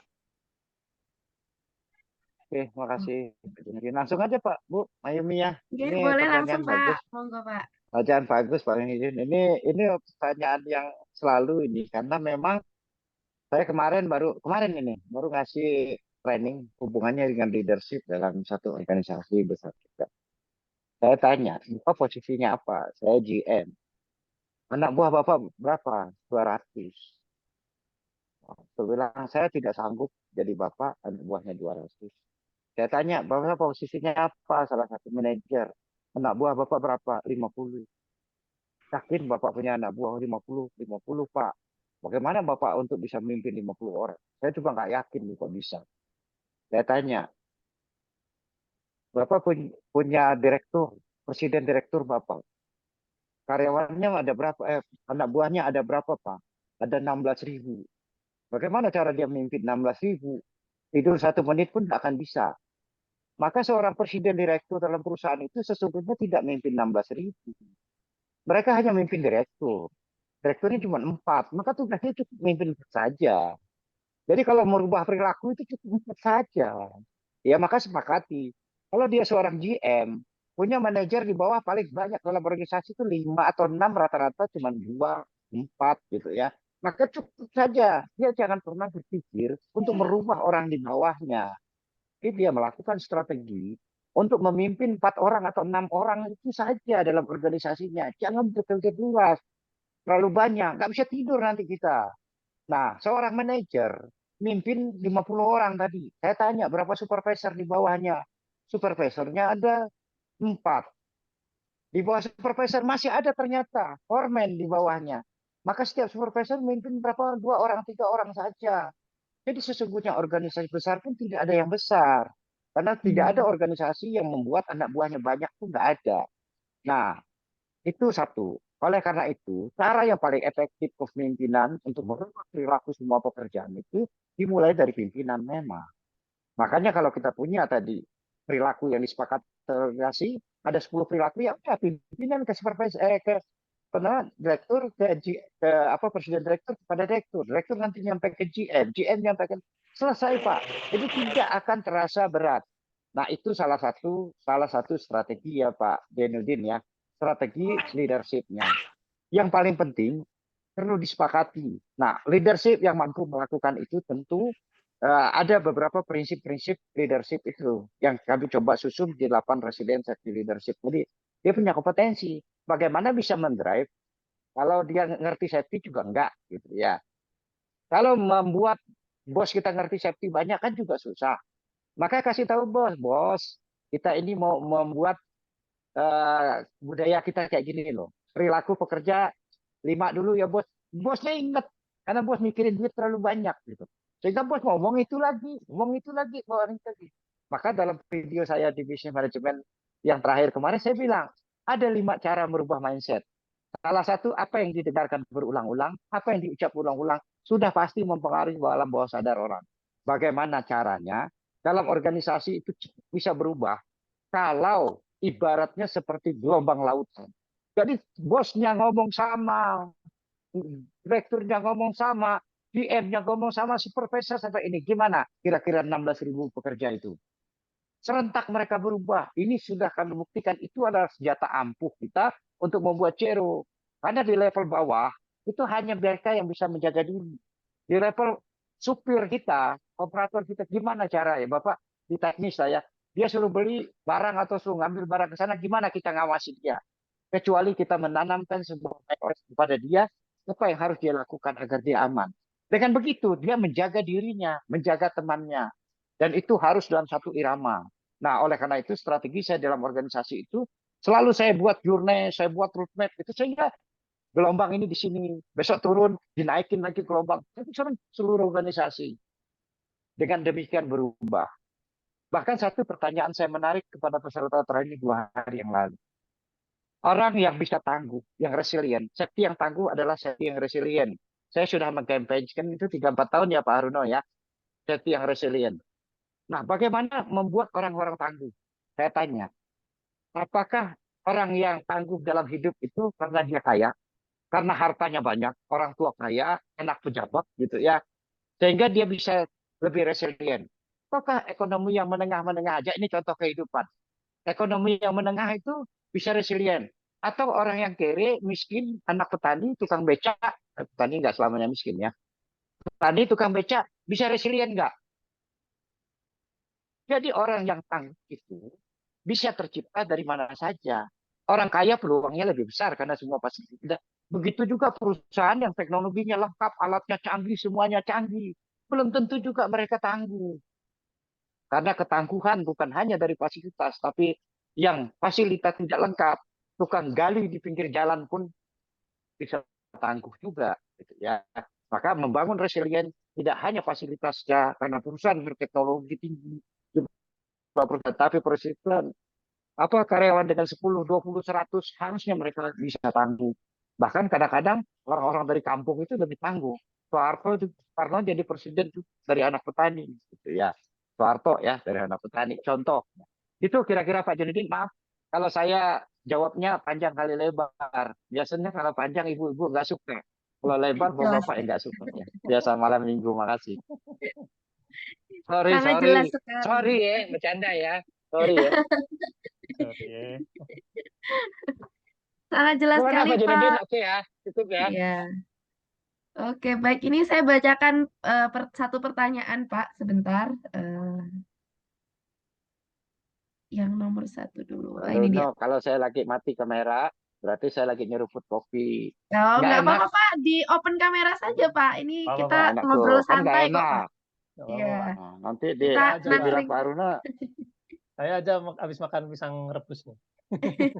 Mainnya juga ngangkring, Pak. Santai aja, Pak. apalah, biar foto Pak Aruna aja yang kelihatan sama Mbak Yumi yang cantik. Oke, baik. Silakan, Ini Bu. Pak ada pertanyaan dari Mas Bagus Soleh.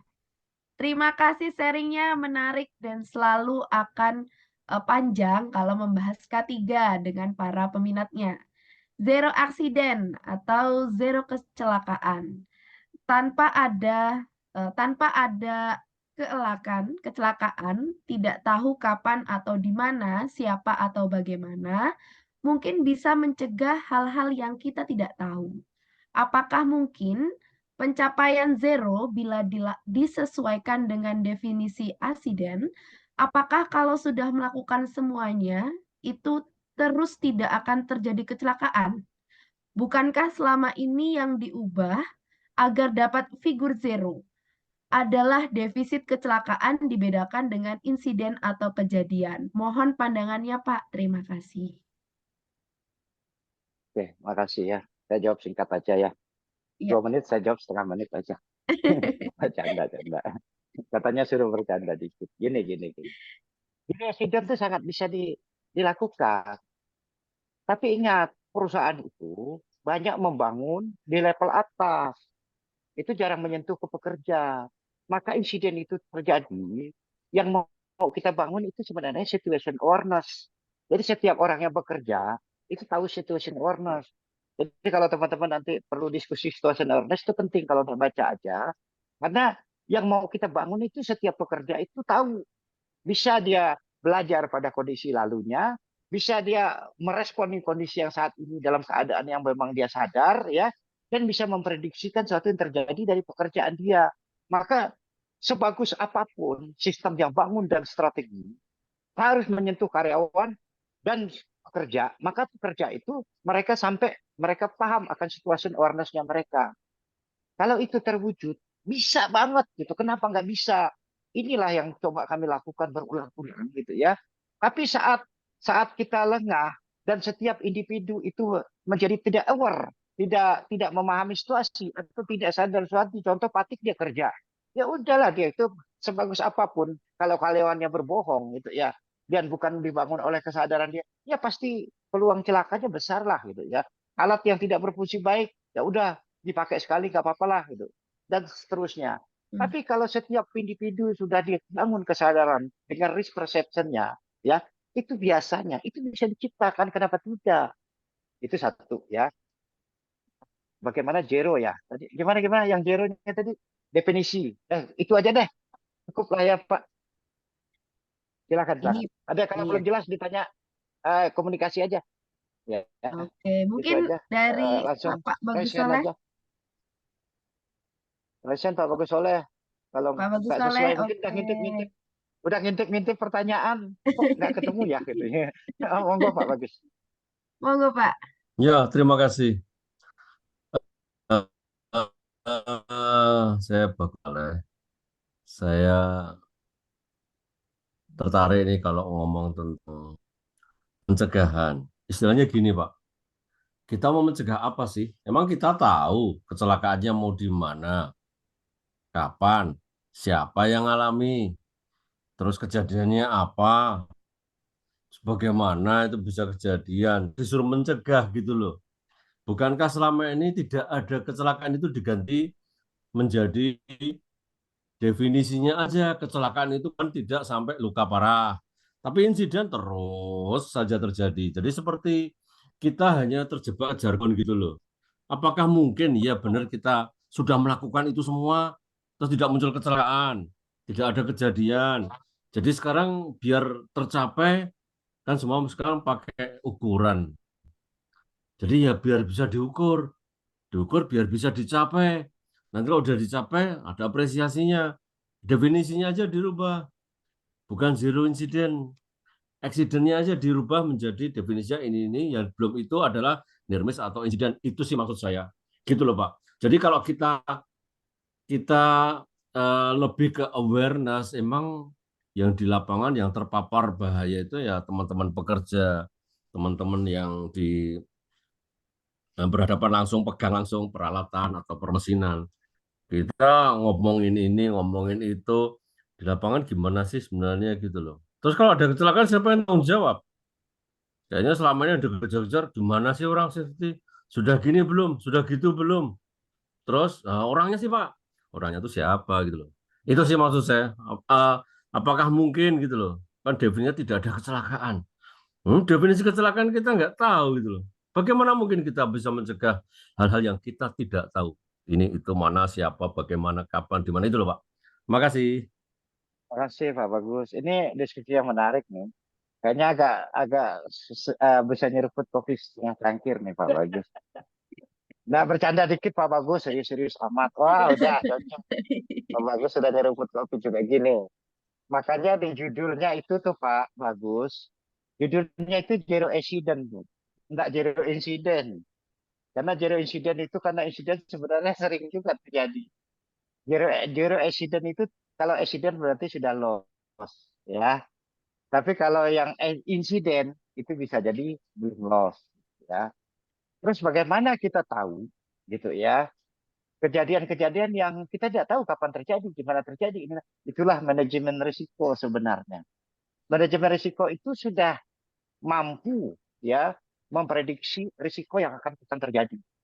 Itu ilmunya manajemen risiko. Kata orang di tempat saya sini itu, Pak Bagus, katanya manajemen risiko itu definisinya merubah engke kumaha jadi kumaha engke gitu ya. Karena sudah tahu, karena dia tiap hari misalnya katakanlah dia jadi ngelas, motong pipa tiap hari gitu ya. Itu dikerja berbulan-bulan. Kira-kira risiko-risiko bisa kebaca nggak? Nah, disitulah manajemen risikonya.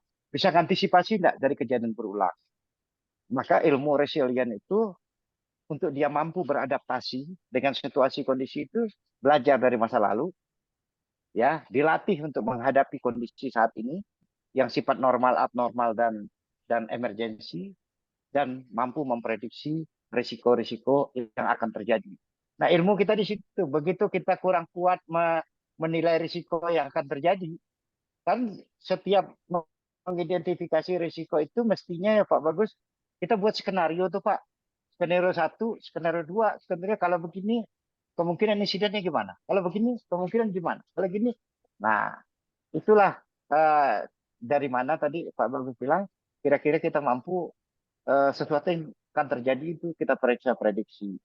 Maka orang manajemen risiko tuh punya 3 ilmu dasar tuh yang kuat. Ini ilmu rahasianya manajemen risiko saya sampaikan di sini ya. Ya, Pak Bagus ya. Yang pertama itu orang yang memanajemen risiko itu punya kemampuan namanya logic thinking. Harus berpikir logik. Yang kedua, mempunyai kemampuan namanya predictive thinking. Dan yang ketiga, harus punya kemampuan namanya imaginative thinking. Berimajinasi ya yang akan terjadi dan bagaimana segala skenarionya itu sudah dibuat duluan gitu. Nah, harapannya kalau kita mampu melakukan manajemen risiko dengan benar, yang hal-hal yang tadi yang tidak bisa diketahui kapan saja, ini saja, mudah-mudahan ini sebagai satu upaya yang kita sudah melakukan prevention, sudah menyediakan payung sebelum hujan. Kira-kira sih gitu, Pak Bagus. Mungkin saya terlalu idealis, tapi selalu saya lakukan di dalam organisasi untuk membenahi. Saya selalu baca dulu, Pak. Kalau saya turun, ini perusahaan banyak masalah ini, bagaimana untuk bisa tidak terjadi? Saya petain satu-satu. Ilmu saya metain sebenarnya sederhana tuh, Pak Bagus. Pakai ilmu tadi, human, proses teknologi, organisasi sistem. Itu yang saya iris satu-satu. Oh, di mana persoalannya? Ya, human capability-nya tidak pernah bisa bagus. Karena manajemennya juga tidak mendukung dan seterusnya. Ya, itu Pak Bagus, monggo Pak. Mungkin diresponi kalau nggak tepat ya mohon dimaafkan lah. Belum, Pak. Pak Bagus, kurang bagus Makasih sinyal Pak. ya. Silakan dilanjut. Silakan dilanjut. Ya, monggo. Oke, Udah baik. waktu kopi darah, Pak. Iya, baik. Terima kasih atas jawabannya, menarik sekali. Ini, sebentar, oh ternyata ini direct message. Ah, ngopi Oh, juga mungkin lah, Pak teman-teman Bagus. ada yang mau bertanya, saya beri kesempatan satu orang penanya secara langsung. Silahkan, apakah masih ada? Oke, jika tidak, ini pertanyaan dari Pak Adi Kusuma. Izin Pak, nama saya Adi Kusuma Putra, mau bertanya. Di proyek tempat kami bekerja, beberapa potensi bahaya setelah kami melakukan analisis menggunakan JHA atau JSA, dan kami nilai resikonya, kami mendapatkan beberapa potensi bahaya dengan resiko yang tinggi. Pertanyaan saya, apakah JHA atau JSA tersebut harus di-ACC oleh koordinator HSE atau superintendent ataukah manajer, Pak? Terima kasih. Terima kasih. Ini menarik ini ya. Karena JSA itu adalah prosedur kerja aman tingkat yang paling rendah ya, tingkat yang paling operasional dan paling bawah. Kalau dalam satu sistem tentunya ada SOP, ada instruksi kerja, ada JSA. Nah, di dalam JSA itu adalah orang membuat JSA itu sangat tergantung kepada pengalaman dan kemampuan yang dimiliki oleh si pekerja, apalagi kalau JSA itu dibuat oleh satu orang saja untuk kelompoknya. Kalau dia JSA itu benar dibuat oleh kelompok kerjanya yang pengalaman, karena metode pembuat JSA itu kan ada dua cara. Yang pertama, satu dengan cara diskusi saja. Kalau pekerjaannya belum ada, biasa diskusi saja. Yang kedua, JSA yang baik itu adalah dengan cara observasi dan diskusi. Diamati semua perilaku orang bekerja tahap per tahap, kemudian didiskusikan. Nah, kalau JSA itu diyakini ya dibuat dengan kelompok, berarti atasannya ikut tanda tangan. Karena itu mempertanggungjawabkan bukan sekedar JSA untuk memenuhi aturan. Nah, kalau itu dilakukan hanya sendiri, biasanya JSA itu sesuai dengan kemampuannya sendiri. Sebaiknya JSA itu disahkan oleh atasannya. Jadi kalau dia punya supervisor jabatan yang langsung di atas operator, bukan supervisor. Kalau di atas pengawas, itu adalah pengawas. Itu harus, kalau itu satu. Ya harus. Maka pengawas yang bertanggung jawab membuat, dan membuatnya tidak boleh sendiri bersama dengan pekerja. Kemudian yang kedua tadi, apakah harus diterangkan orang-orang safety? Sebenarnya, orang safety itu tidak paham kerjaannya itu. Nggak mungkin orang safety serba sakti. Kalau di orang safety itu memahami jasa itu, ngelihat misalnya orang bawa mobil dilihat dari luar aja, operatornya gimana di dalamnya, kecepatan harus pakai gigi berapa, mana tahu dia gitu kan. Orang safety itu tidak mampu membaca konten, Pak. Ya, dia tidak baca mampu itu karena ini. Nah, tapi orang safety itu ahli dalam prosesnya. Kalau sampai minta orang safety membuat, mengesahkan, karena mau lihat JSA yang kami buat itu betul tidak, Pak. Orang safety, cek ya, oh JSA-nya betul. Tapi kalau konten JSA-nya, harusnya yang bekerja atau pengawas di pekerjaan itu yang membuat dan menandatanganinya. Artinya apa? Organisasi banyak minta. Orang safety juga harus ikut tangan dong, Pak. Kenapa? Karena dia berharap proses JSA-nya itu dilakukan dengan benar. Itu saja, Pak. Sekarang pertanyaan Bapak tadi, apakah harus diterapkan safety? Monggo aja. Sebagian besar organisasi tanda safety, karena orang safety yang mahir membuatnya. Jangan sampai orang HSC ditanya JSA, dia nggak ngerti juga. Dia malah menjelaskan pekerjaan seolah-olah dia lebih pintar dari operator, sedang belum pernah bawa unit. Salah itu JSA-nya. Yakin 100% semua. Orang safety, orang HSC itu hanya tahu prosesnya. Oh, ini begini, cara buatnya ini benar. Tapi saat orang HSC yang buat, saya yakin 99,99% salah. Dia nggak tahu gimana cara ngerem yang benar. Harusnya JSA begini loh cara ngerem benar. Kalau ini harus begini loh. Gitu. Dia merasakan. Orang yang merasakanlah yang tahu persis. Maka tim pembuat adalah pelaksana-pelaksana di bawah koordinasi para leader mereka. Orang safety lebih banyak. Kalau disuruh ngoper banyak, proses itu sudah benar. Itu kira-kira Pak siapa tadi? Mbak Mayuni? Yang nanya tadi Pak siapa? Sebentar ini Pak bagus oleh sebentar ini. Lupa juga tuh saya. Iya ini sebentar Pak, terscroll Pak Andi, Pak Adi, Silakan, Adi Kusuma. buka mute-nya aja, buka mute Pak Andi. Pak Adi Kusuma ini dia. Nah, Pak ini. Adi Kusuma, monggo Pak Adi Adi. Kusuma mungkin bisa buka mute. Tadi DM Pak Adi Kusuma, Pak Adi.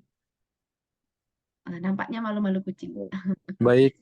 Oh, ini Baik, sudah terima ada kasih, Pak Adi. Pak. Oh iya ini. Ya. Cukup ya Pak Adi ya. Jadi ya cukup Pak, cukup.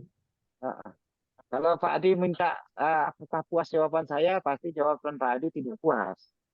Karena saya bukan alat pemuas ya. Anda Pak Adi nggak akan puas. Iya Pak, terima kasih. Cukup jelas Pak, terima Adi. kasih banyak. Makasih. Tapi ingat, ini penting ini. Jangan sampai bikin JSA orang safety ya. Dia pasti nggak tahu. Betul. Banyak orang safety suruh bikin selesai itu. Kan? Itu loh. Orang yang melaksanakan ya sebagai sumber. Terima kasih. Terima kasih Pak. Baik. Lanjut satu pertanyaan terakhir ya Pak. Ini dari Mas Randy Nur Salim. Selamat malam Pak. Salam kenal, saya Randy. Izin bertanya, bagaimana cara Jitu menjawab strategi mengembangkan budaya K3 di perusahaan? Mungkin bisa tolong dijelaskan dari sisi level karyawan, sumber daya, dan lain-lain. Terima kasih Pak. Makasih, saya jawab singkat aja ya.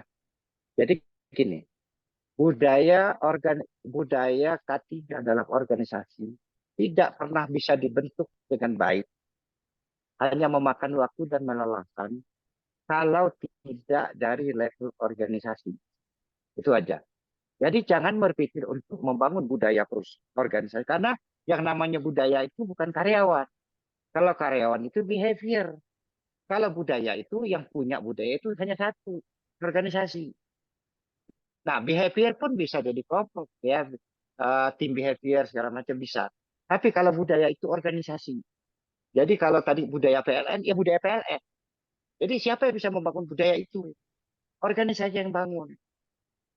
Nah, agar budaya itu bisa berhasil, pertama, organisasi punya strategi untuk membangun budayanya. Budayanya seperti apa? Kalau budaya nasional itu kan banyak sekali. Sampai hari ini Indonesia belum mendefinisi loh budaya ini. Tapi wajar regulasi. Silahkan kalian bentuk sendiri kan gitu prinsipnya.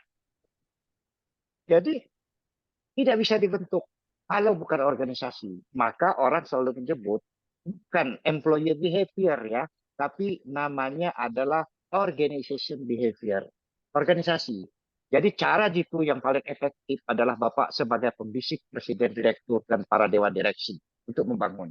Setelah itu Bapak bikin strategi. Nah, strategi pertama describable dulu.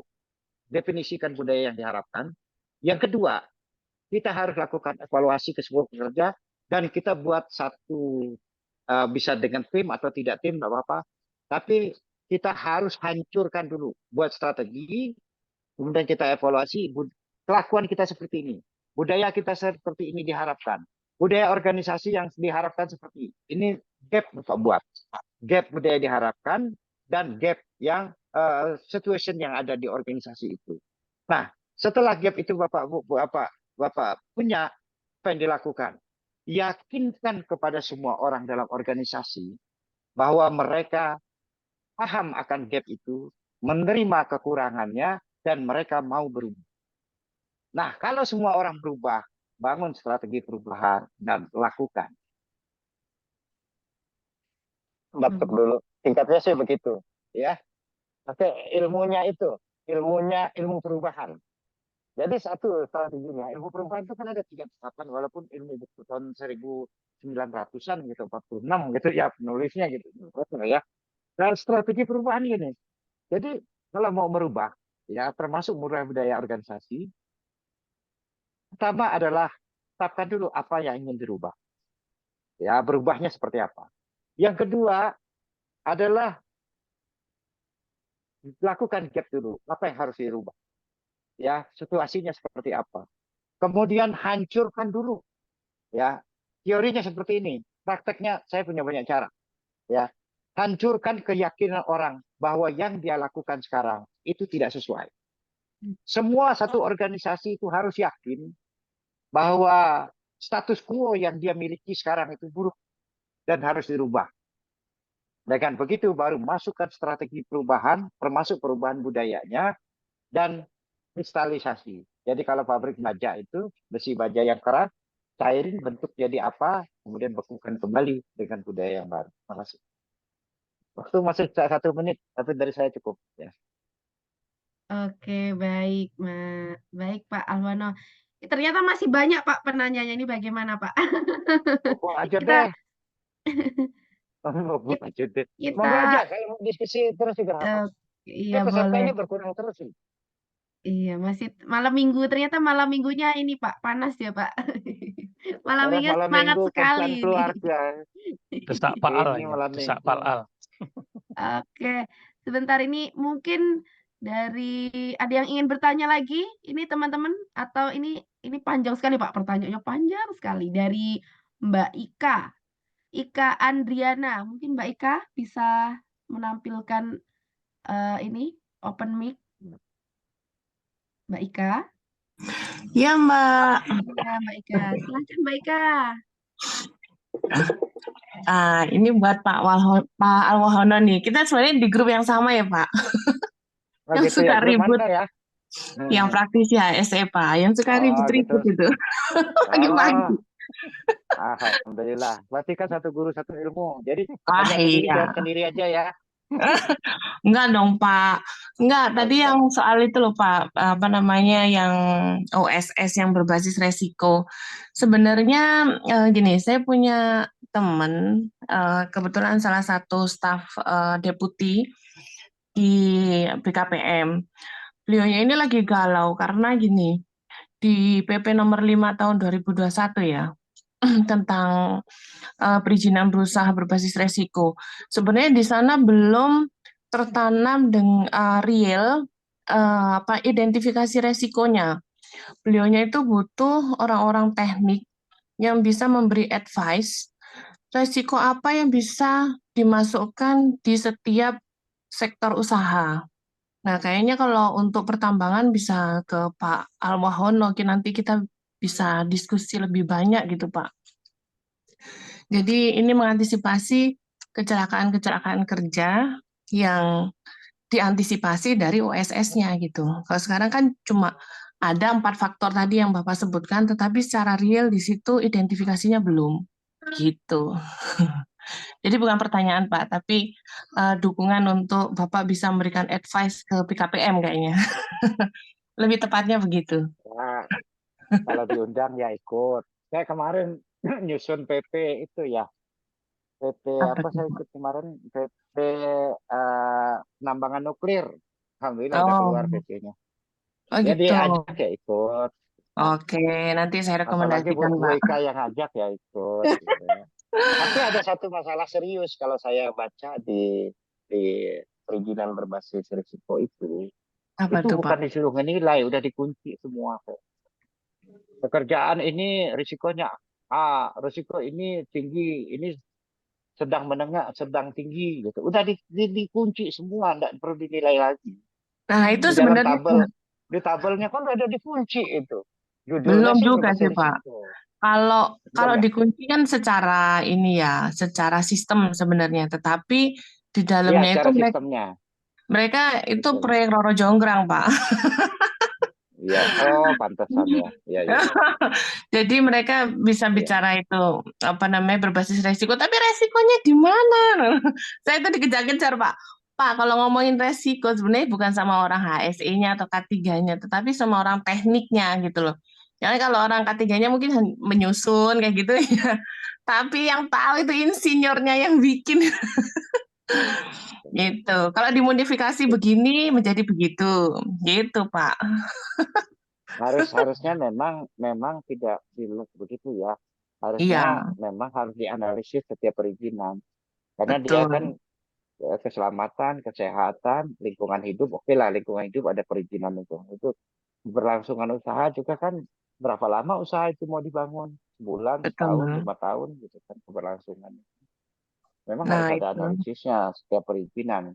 Tapi seluruh Indonesia terpusat, ya sistemnya aja error, ya nggak? Ya, mereka sendiri yang nyusun juga mumet sebenarnya. Nah, kita butuh orang-orang praktisi yang super expert. Dan nemu satu yang bisa saya referensikan. Begitu ya, Pak. Siap, makasih. Oke, baik, Pak. Makasih. Nah, ini pertanyaannya juga nyambung, Pak, karena tadi proses perhitungan gitu ya, Pak. Ini ada dari Mbak Dwita bertanya gitu terkait mengukur. Sebentar, saya bacakan ya. Selamat malam, perkenalkan saya Dwita. Sebelumnya terima kasih materinya Pak Alwono, sangat menarik dan komprehensif. Izin bertanya Pak, bagaimana menentukan dan mengukur indikator kinerja utama untuk menilai peluang keberhasilan program yang akan diterapkan tepat dan efektif dalam mencapai safety journey to zero accident, dan bagaimana metode yang tepat dalam mengukur proses keberhasilan program tersebut. Terima kasih sebelumnya, Pak. Ini nyambung ya, Pak, tadi pembahasannya. Terus sekarang Mbak Dwita bertanya. Nyambung, Bu Dwita. Jelasin satu-satu berapa menit ya? Ya oke lah. Jadi gini. Ya, sederhananya begini saja. Ya, sederhananya begini saja. Jadi organisasi itu perlu menetapkan indikator, itu betul. Ya, jadi harus ada indikator yang terukur. Misalnya, kalau dia berbicara tentang manajemen risiko, maka banyak organisasi dan perusahaan dia buat ya risk management maturity level. Itu yang dikejar dia. Ada ukuran, banyak organisasi yang membuat risk management maturity level. Jadi dia mengukur sendiri maturity level terkait risk management. Itu satu. Terus yang kedua, ya terhadap sistem. Itu udah banyak lah audit sistem termasuk sistem rating dan lain-lain ya. Indikator temuan audit, indikator nilai hasil audit dan lain-lain. Itu indikator yang dikejar, gitu ya. Kemudian di berikutnya apa lagi? Leadership. Bahkan sekarang saya juga bikin tool dan sudah dipakai di banyak tempat juga. Saya bikin namanya Safety Leadership Assessment Level. Ya, itu untuk indikator. Jadi setiap pekerja itu diukur indikator mereka. Pak Haruno sebagai GM, HSE gitu ya, atau manajer HSE di mana gitu ya. Itu di level safety leadership masuk ke level mana? Saya samain aja bahasa kemarin, mulai basic kah, proaktif kah, atau apa gitu ya. Reaktif kah gitu. Jadi assessment level. Kemudian yang berikut di bawah yang berikutnya tadi adalah behavior. Behavior udah banyak indikator ngukur kan. Gampang sekali. Behavior ngukur, salah satu cara ngukur behavior tadi, kami bikin, yang barusan saya bikin lagi dengan observasi keselamatan. Jadi setiap pekerja itu diobservasi. Ada 10 indikator, misalnya itu 5 indikator yang kita ukur, keterpenuhan berapa. Itu cara ngukur. Kemudian bagaimana culture? Culture banyak lagi tuh untuk mengukur culture. Tapi ingat, banyak tool yang dipakai mengukur culture itu ini. Coba teman-teman kaji, teman-teman HSE kaji, kontennya lebih banyak mengukur kepada sistem manajemen, bukan kepada culture. Ya, maka cari toolnya, gunakan tool untuk mengukur culture. Barang berikutnya human performance, tinggal gampang kan? Banyak kan cara mengukur human performance itu kan. Jadi semua tahapan itu memang ada tool untuk mengukurnya dan gampang untuk membuatnya. Tinggal perusahaan menggunakan yang mana gitu, tahapannya mana yang mau dikejar. Itu kira-kira Mbak Dwi ya. Jawaban singkatnya kira-kira gitu. Jadi kalau Mbak Dwi nanti sometime kita diskusi mengukur level yang mana, kebetulan kayaknya kita ada alat ukurnya semua. Tapi manajemen biasanya kita tidak menyampaikan ini ngukurnya, nilainya segini, kita diskusikan ke manajemen, positioningnya kira-kira seperti apa, mau dicapainya seperti apa yang mau diukur dulu. Karena ngukur perilaku aja ngambil toolnya dari luar negeri sana, padahal perilaku yang mau kita ukur cuma 10 dulu gitu. Oh, kita udah tercapai sekian. Menurut organisasi saya, perilaku sudah sesuai 90%. Safety culture saya nilai 90%. Lu 90% perusahaanmu jelek. Kami baru nilai 10 dulu loh, Pak. Yang lain Bapak mungkin dah 100. Ini contoh. Ya, makasih. Bu Dwi, gitu kira-kira Bu Dwi ya, Dwita. Simple kan? Ibu Dwita ada tidak ya? Oh, ada nih. Mungkin mau ada kurang atau ada mau ditambahkan, Mbak Dwita? Oke, dari saya sudah cukup jelas. Terima kasih, Mbak Ayuni. Oke, baik. Terima kasih. Baik, alhamdulillah sudah habis pertanyaannya. Oke, baik. Baik, Pak. Alhamdulillah sudah habis pertanyaannya. Adakah pesan terakhir, Pak? Mungkin sebagai penutup pada malam minggu yang semangat pada malam hari ini. Terima kasih Mbak Mayuni. Memang katanya Sabtu tidak kenal hari, tidak kenal waktu, gitu. Sampai malam minggu atau jam 3 pagi pun kita bisa dipanggil. Tapi hari ini kita harus ngelola safety, tidak pakai, tetap perlu jam istirahat dan jam ini tadi, sehingga sistem itu berjalan dengan baik di lapangan. Jadi PR kita safety menjadi lebih baik. Pendekatan strategik itu menjadi penting. Dan ilmu safety terus berkembang. Oleh karena itu, acara-acara sharing seperti ini sangat penting. Karena saling mengisi satu sama lain. Dan tidak ada satu orang pun yang ahli dalam keselamatan. Itu dijamin keselamatannya. Karena manusia itu selalu patik, selalu hilap, selalu lupa gitu ya.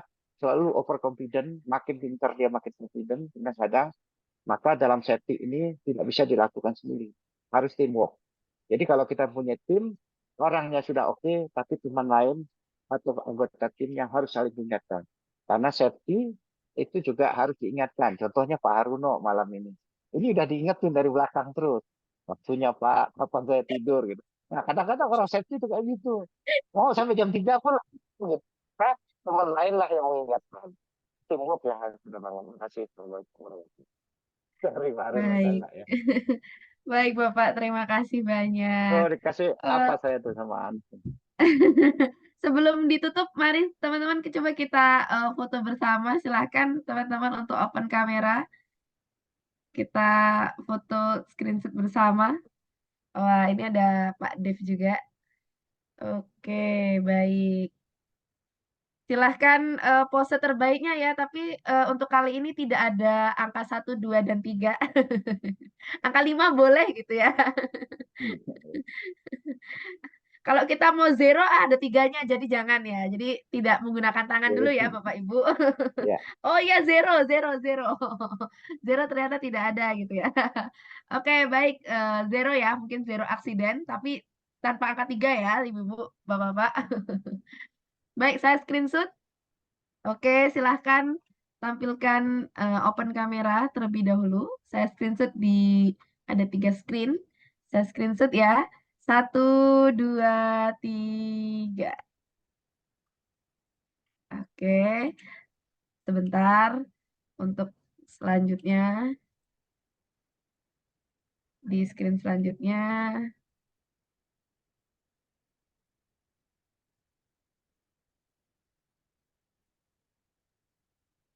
Oke, 1, 2, 3. Oke, lagi 1 ya.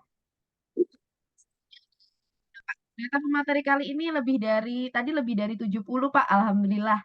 Banyak yang join di malam minggu yang cerah kali ini. Oke, lagi sekali ya. 1, 2, 3. Oke, saya simpen dulu.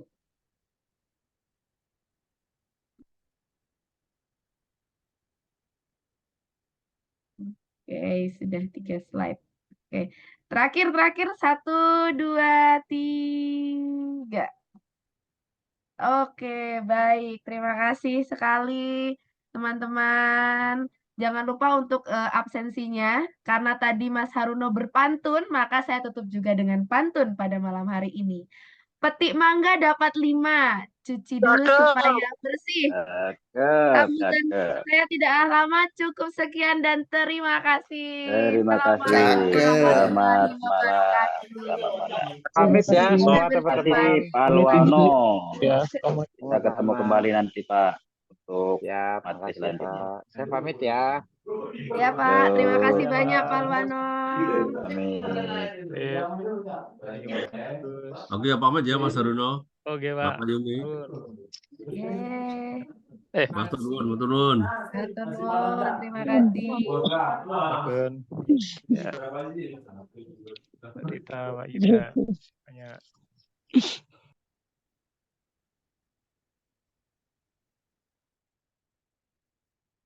Absen ada.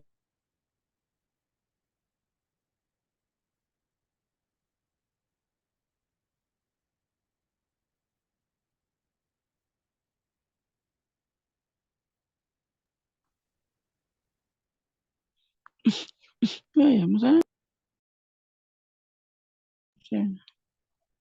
nggak ada pilihannya di sini. Kalian lihat, kalau nggak usah absen sih, ya,